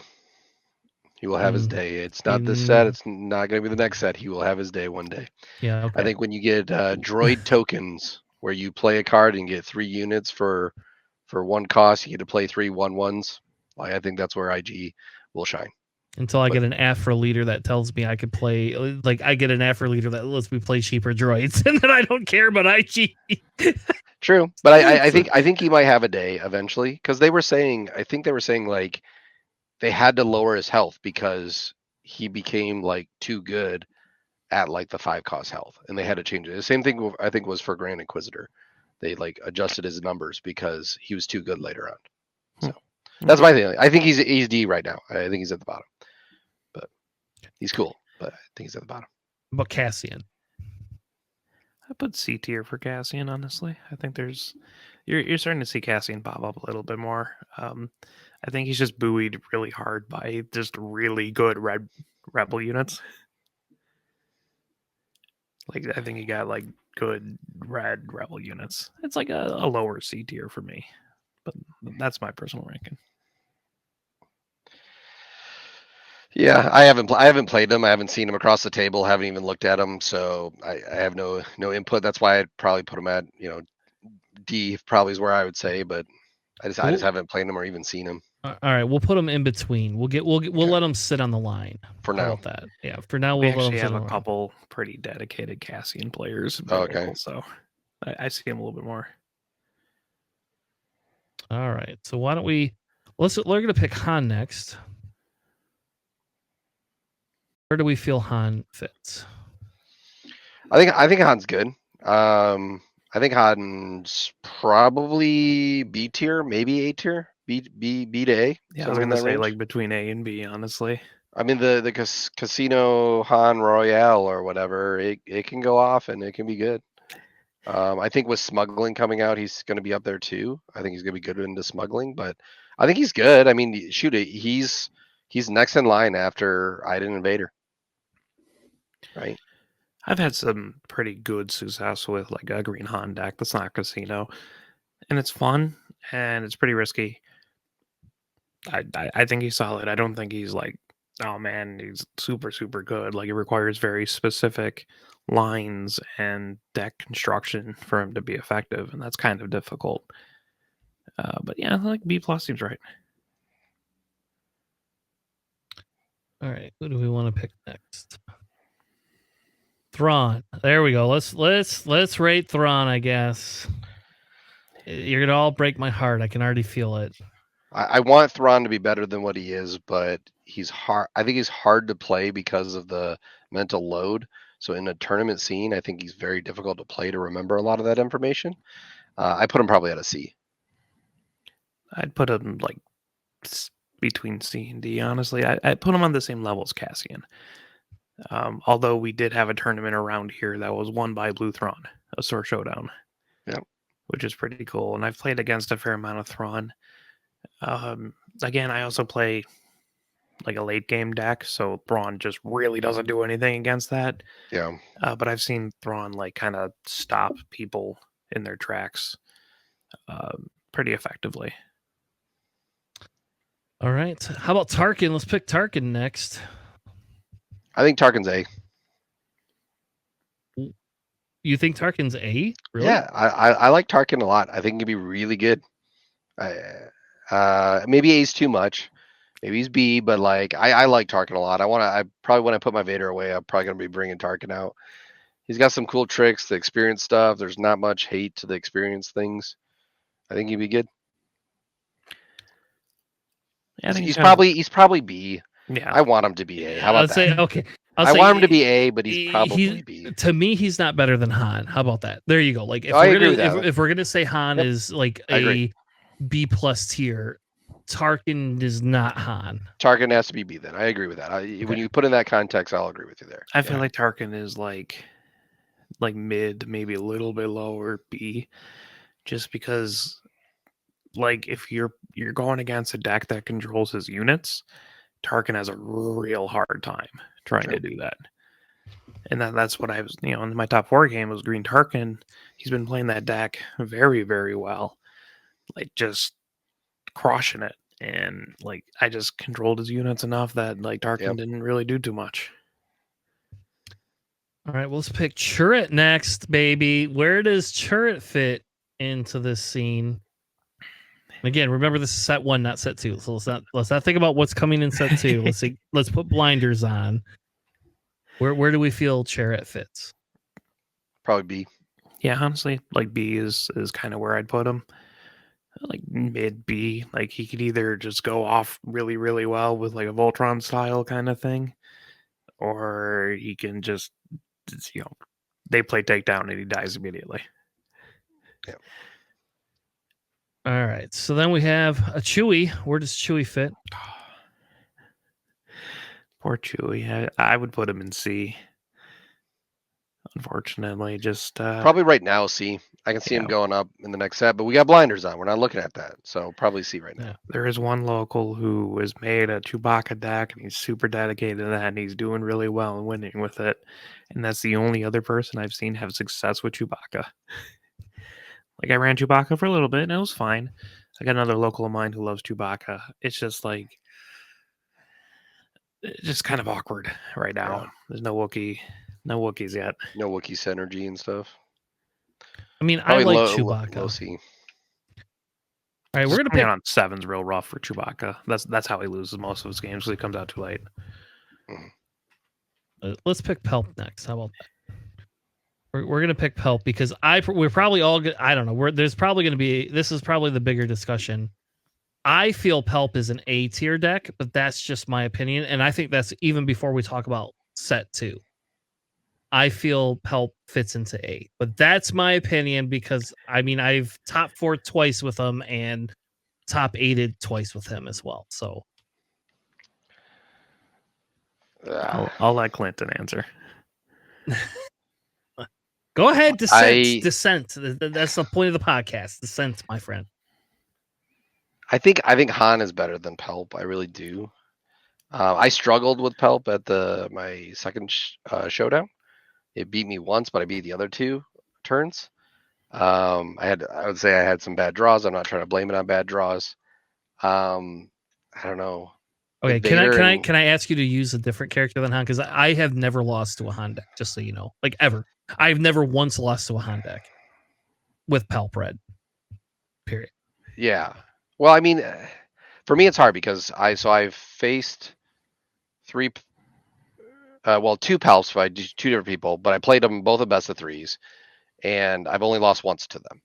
So and it was in top cuts, right? This wasn't just like randos at my local tournament, and I only lost once. No offense to Alex, I went 2-0, and I wasn't sweating both times. No offense to like our play and everything, but like they were close, but like I wasn't sweating. Game like was not close. Okay. Yeah, the second game you can say it, not me. I Okay. couldn't draw anything. It was awful, but I also didn't feel like I was out. behind the gun, right? No. So really, you felt like you were. I felt I was in control for most of the first game too, so that's Really? kind of weird. Yeah, no. It was in the overwhelming barrage on that Palpatine to clear the board, where I'm like, oh, okay, well, Yeah. And I would agree, Clinton. I would actually agree with you that like out of all the games I played, Vader Green is actually the worst matchup, in my opinion, for Pelp. Like hands down, like for Red Pelp at least. Yeah. Like it has. So fine, we'll grant the B tier. We'll just move into B tier because I don't want to spend 80 hours. Please put him between B and A. I think Pelp is an A, and I think it's mostly on the fact that he's like the only counter to late game units. Like, I mean, you have like Devastators and Avengers, I guess, but like just consistently, just like when they drop their bomb, you can just take it. And that just momentum shift is huge, and there's nothing else like that in this game. I mean, you get like change heart a little bit, but yeah. You want to know what Red Pelp doesn't like to see is a change of heart either. Change your heart back. Yeah, I don't like that either. All right, let's pick Grand Inquisitor next. Where do we feel Grand Inquisitor fits in the meta? C or D. Yeah, I do see. Like he feels right around there as Chewbacca. There's some effective Grand Inquisitor decks you can do, but that's mostly just because it's green and villain green is really good. Yeah. And you don't play it like a Grand Inquisitor deck. You play it like a Vader and a Palpatine deck. Just you happen to have Grand Inquisitor. So I had I pulled actually 2 Grand Inquisitor showcases out of my case, right? I wish I got something other than showcase, but at least I got them, right? So I was trying to build a Grand Inquisitor deck and do something, and I just kept losing. Losing. I couldn't get it to go anywhere. And I was like, well, I will put you on the shelf until a later day, and maybe you can come off the shelf later.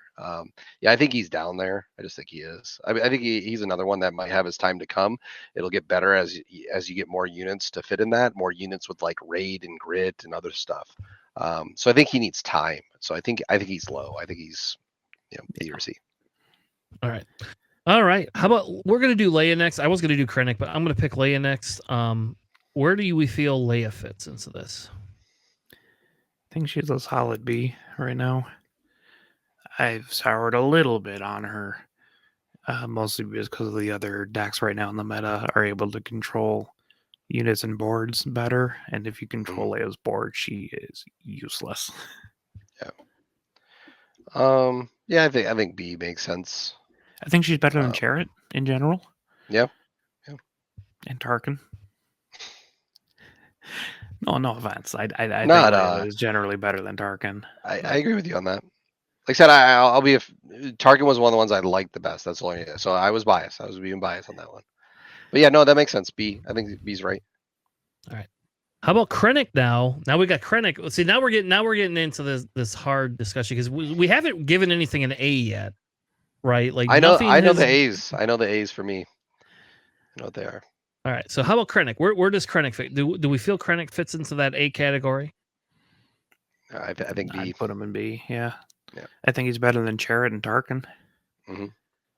I think he's like roughly tied with Leia. His ability is nice. Don't get me wrong, but he's incredible in draft and seal. Don't get me like that's where he shines more so. But like it's just he's solid. There's other leaders that do what he's trying to do better. I think the thing that will get you is that if you're not paying attention and not realizing that they have the +1 damage. I played Critic was my only loss today was versus Krennic, and it took us like 30 minutes to play that match. It was a long match, and we never played the other two matches. But it was a slog, and a couple times I forgot that they had +1, so when I swung into it, it would kill my units and stuff like that. So I think that's where he's kind of tricky. But I think, yeah, I think he's down in B. I played against the blue Krennic guy and stole his regional governor. I'm like, I'm Krennic now. I have his ability, and I tried to swing in for 2, and I'm like, wait a minute, that's not how that works. All right, we have Hera. We miss Hera. I think we just put Hera in D and call it a day. Yeah, not enough Spectre support yet, and she comes out a little bit too late for what there's going on. There's cool decks with her, but there's also cool decks with IG. We're gonna pick the iconic duels next. We're gonna pick Luke and Vader. We're gonna do Luke first. Where does Luke belong? Is Luke a B? Is Luke an A? I think Luke fit into an S tier. He's not S tier. Okay, all right.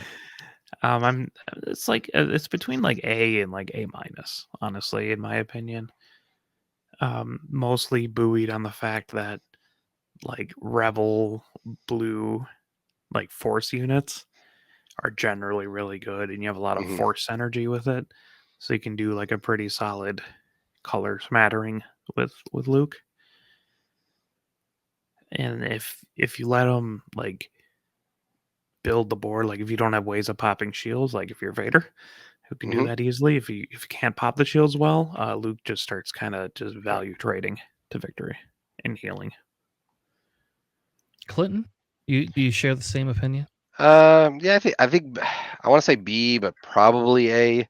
Like I said, I know you guys had different experience, but when I've been seeing people, the Sabines and stuff, usually take Luke from what I've seen, right? Like it could be like just different metas, different things that I saw, or bad. I don't want to say bad, Luke players or anything like that. So that's why it has me on there, because it has me more towards B. But like he can be good once he gets there. Is he better than Han? Well, let's ask that question. Do you feel he's better than Han, equal to Han, and do you feel he's better than or equal to Palpatine? And not that, because I can tell you right now, Palpatine murders Luke 90% of the time. So like you have to take that out of the equation. But outside of that, I think Luke has a lot better chance than Palpatine does to some extent into other matchups. But is he better than Han? Han can get to his late game sooner is why I think Han is probably better than Luke. I think Han's better than Luke. I think he can get to his late game to play his 7-cost units. And like I said, this is the casino one I'm talking about, that Han deck. If it can get there, and it can get there earlier than most because of what Han does. So it's usually the turn 5, I think. Turn 5, you can play 7 resources. So turn 3. Is it turn 3? Yeah, if you have resupplies, turn 3. If you do it correctly. Turn 4.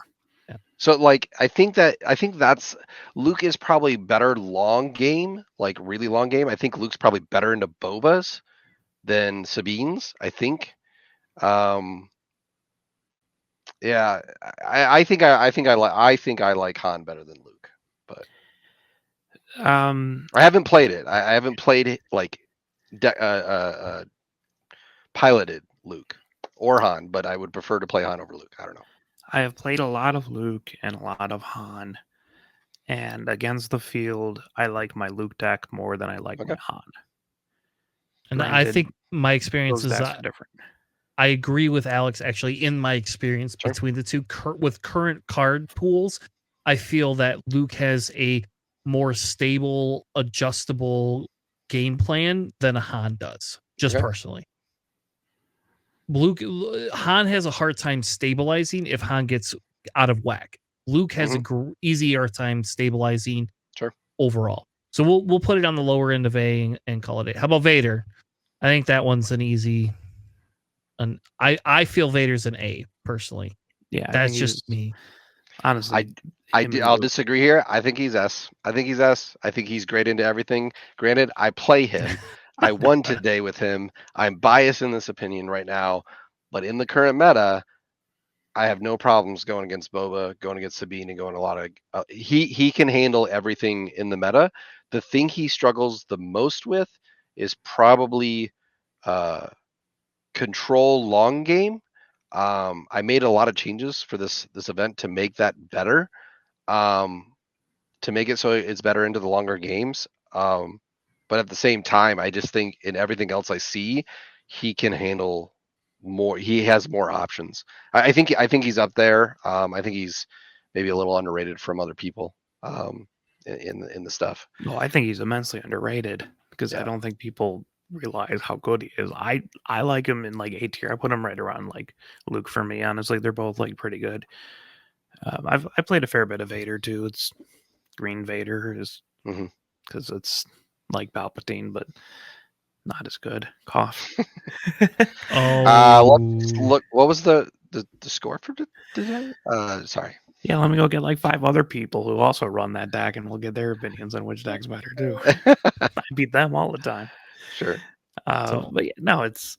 I think he's really good. I think he's an A. I think Luke's an A. I like Vader more than Han, for sure. So yeah.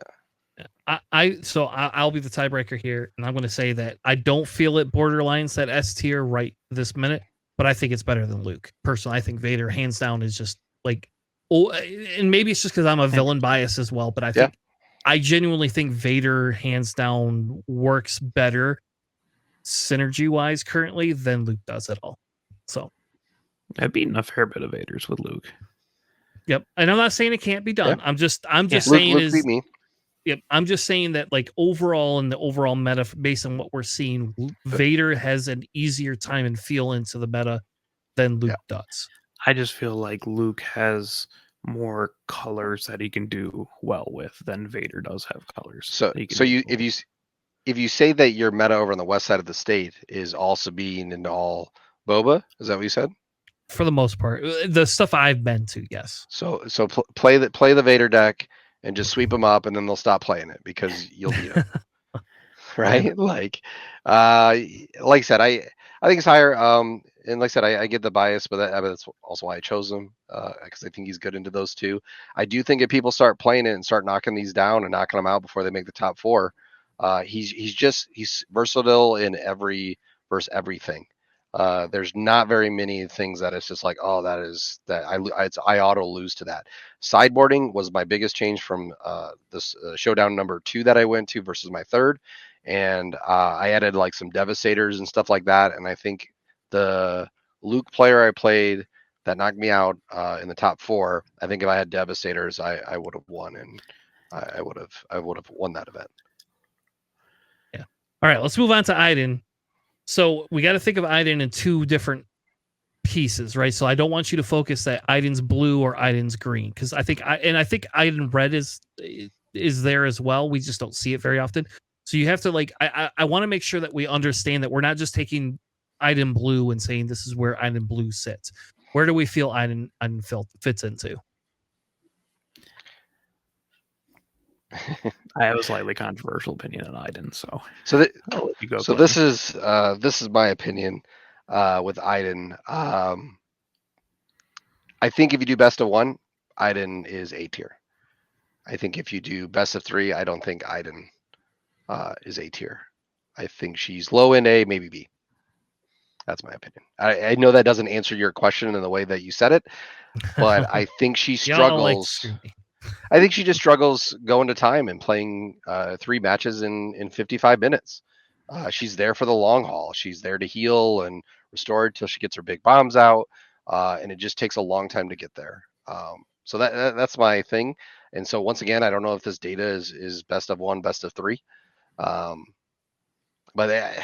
I think she's between A and B. It depends on what state. If you're saying best of 3, if this criteria is considering like going to a tournament that's best of 3, or considering a best of 1 tournament.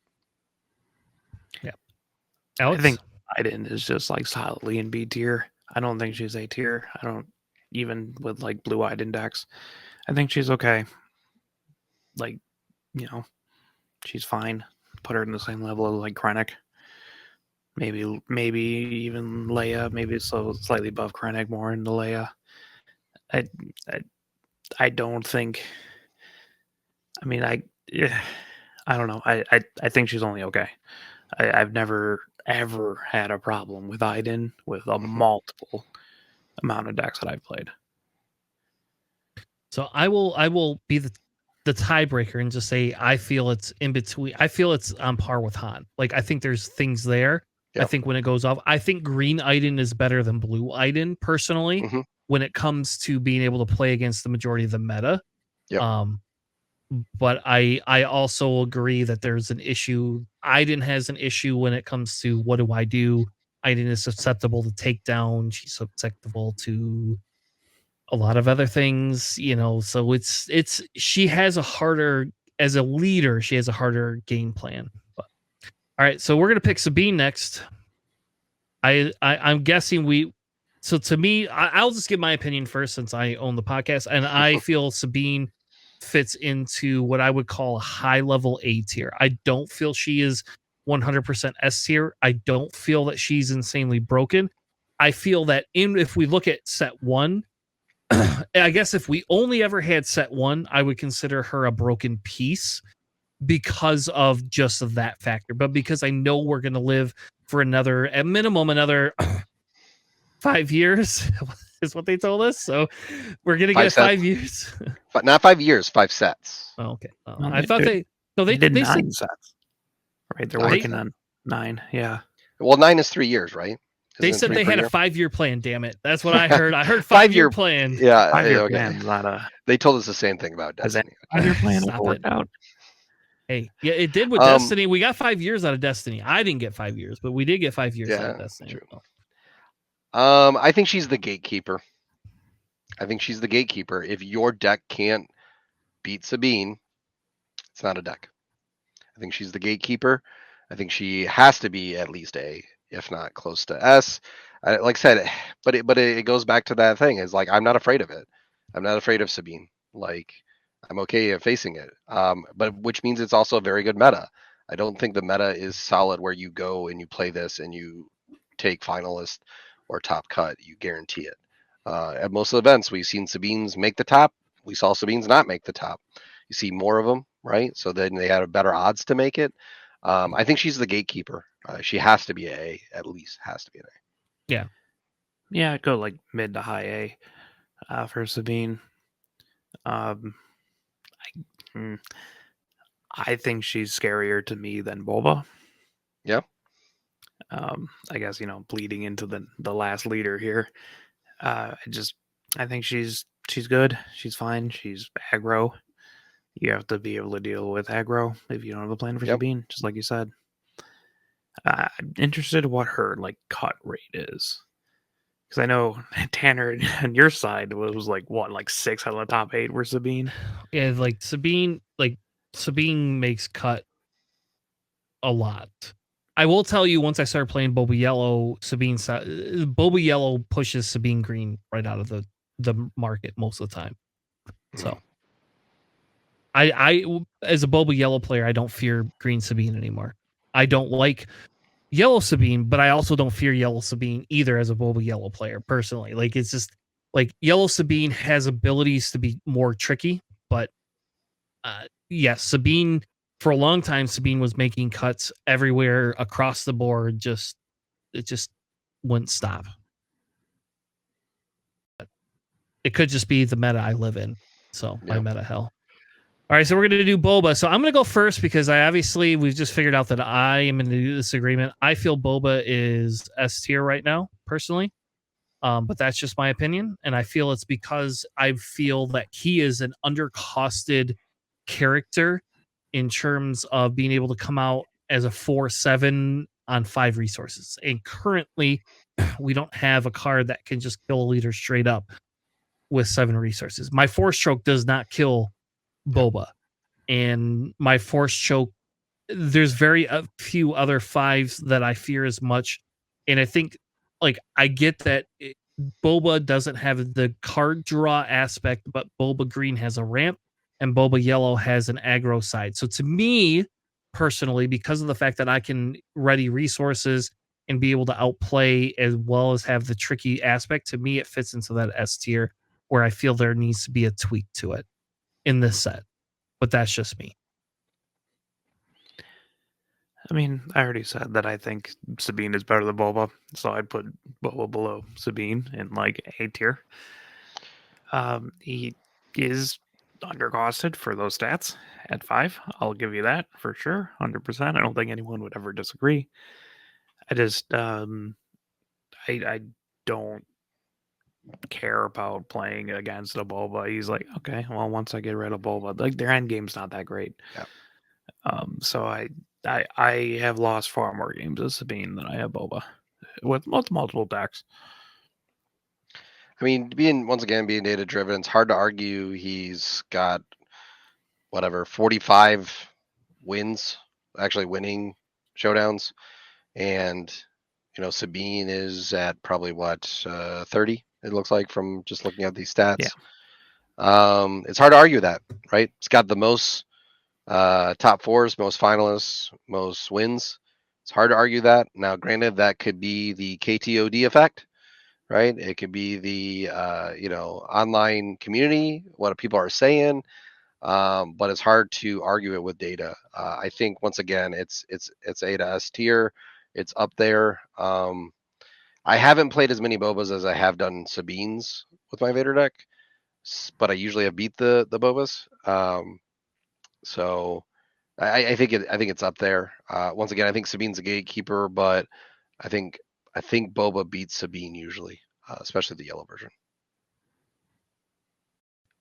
All right, so I'm gonna finalize and disagree with all of you and just say it's S tier, but I will put him in between and give him the slight edge on Sabine. And I agree, yes, according to our Pelt decks, Boba doesn't. I don't struggle against Boba as much as I struggle against Sabine. But playing other decks, I have struggled against Boba more than other ones. I have never struggled against Boba with any deck I've ever played. Like, except for when you're at our surf tournament, but it's okay. I didn't lose to the Bobas. No. I lost to the Sabines. But no, like Luke deck never had a problem with Boba. My Han deck never had a problem with Boba. My Jarrett deck never had a problem with Boba. Leia doesn't. I don't know. Maybe it's just the way I build my decks that they can handle something like that. So, all right. Well, this is kind of where we we believe our Spark of the Rebellion tier ranking for this meta kind of fleshes out. We are not going to redo this again until we hit set 2. We will do like an early ranking set 2 once we get all the leaders. I do think that'll be our for a cause segment one of these times before set 2. Some of the other stuff that you could look forward to with our podcast is we will be talking a little bit about drafting going into set 2. So I don't know, Clinton, if you do a lot with drafting at all, if that's a thing of yours. I think it really depends on my local scene. If they're playing draft, I'll play draft, right? If they're not, I won't. To be totally honest, I've never did it at a store because product's been hard. Yeah, fair enough. Hey, if y'all want to come to Zealand, we have a draft going. I probably shouldn't announce that publicly. If you want to come to Zealand, we have a draft going on. Hopefully, I don't get more than 12 people. I looked at it, and it is 2 hours for me for a drive. Yeah, but you get to have fun with us on a Wednesday. It's selfish of me because I don't have to actually work the next day because I have Thursday and Friday off for vacation. But you're talking about 4 hours of car time. Yeah, right. You get a hotel. You can come hang out. You can sleep on my couch. I got a couch. I'd rather sleep in my own bed, man. I like you and all, but I'd rather sleep in my own bed.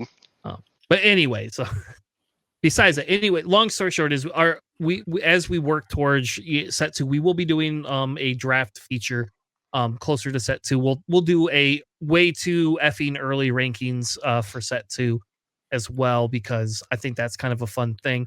And we're also going to be talking a little bit about I'm building a segment. I don't have it quite ready yet, but I am building a segment that I'm working on where we understand or try to understand cards and where some of the different effects and pieces lie in terms of actually costing them out, and trying to help break some of that facade that FFG has as they create this card game. So I'm working on that. I don't know if it'll ever, I'm hoping it becomes a thing. That's what my main goal is to basically help dissect some of these different cards to say statistically this is where this kind of fits into the different styles and what it's worth based on the card effects. But with that being said, Clinton, thank you so much for joining us tonight. Yeah. It was lovely to have another voice on to kind of keep Alex and I in check so that we just don't say Palpatine beats everything. Yeah, I all had over some the difference place. of opinions, and thank you for having me. I had a blast tonight, so thank you. Yeah.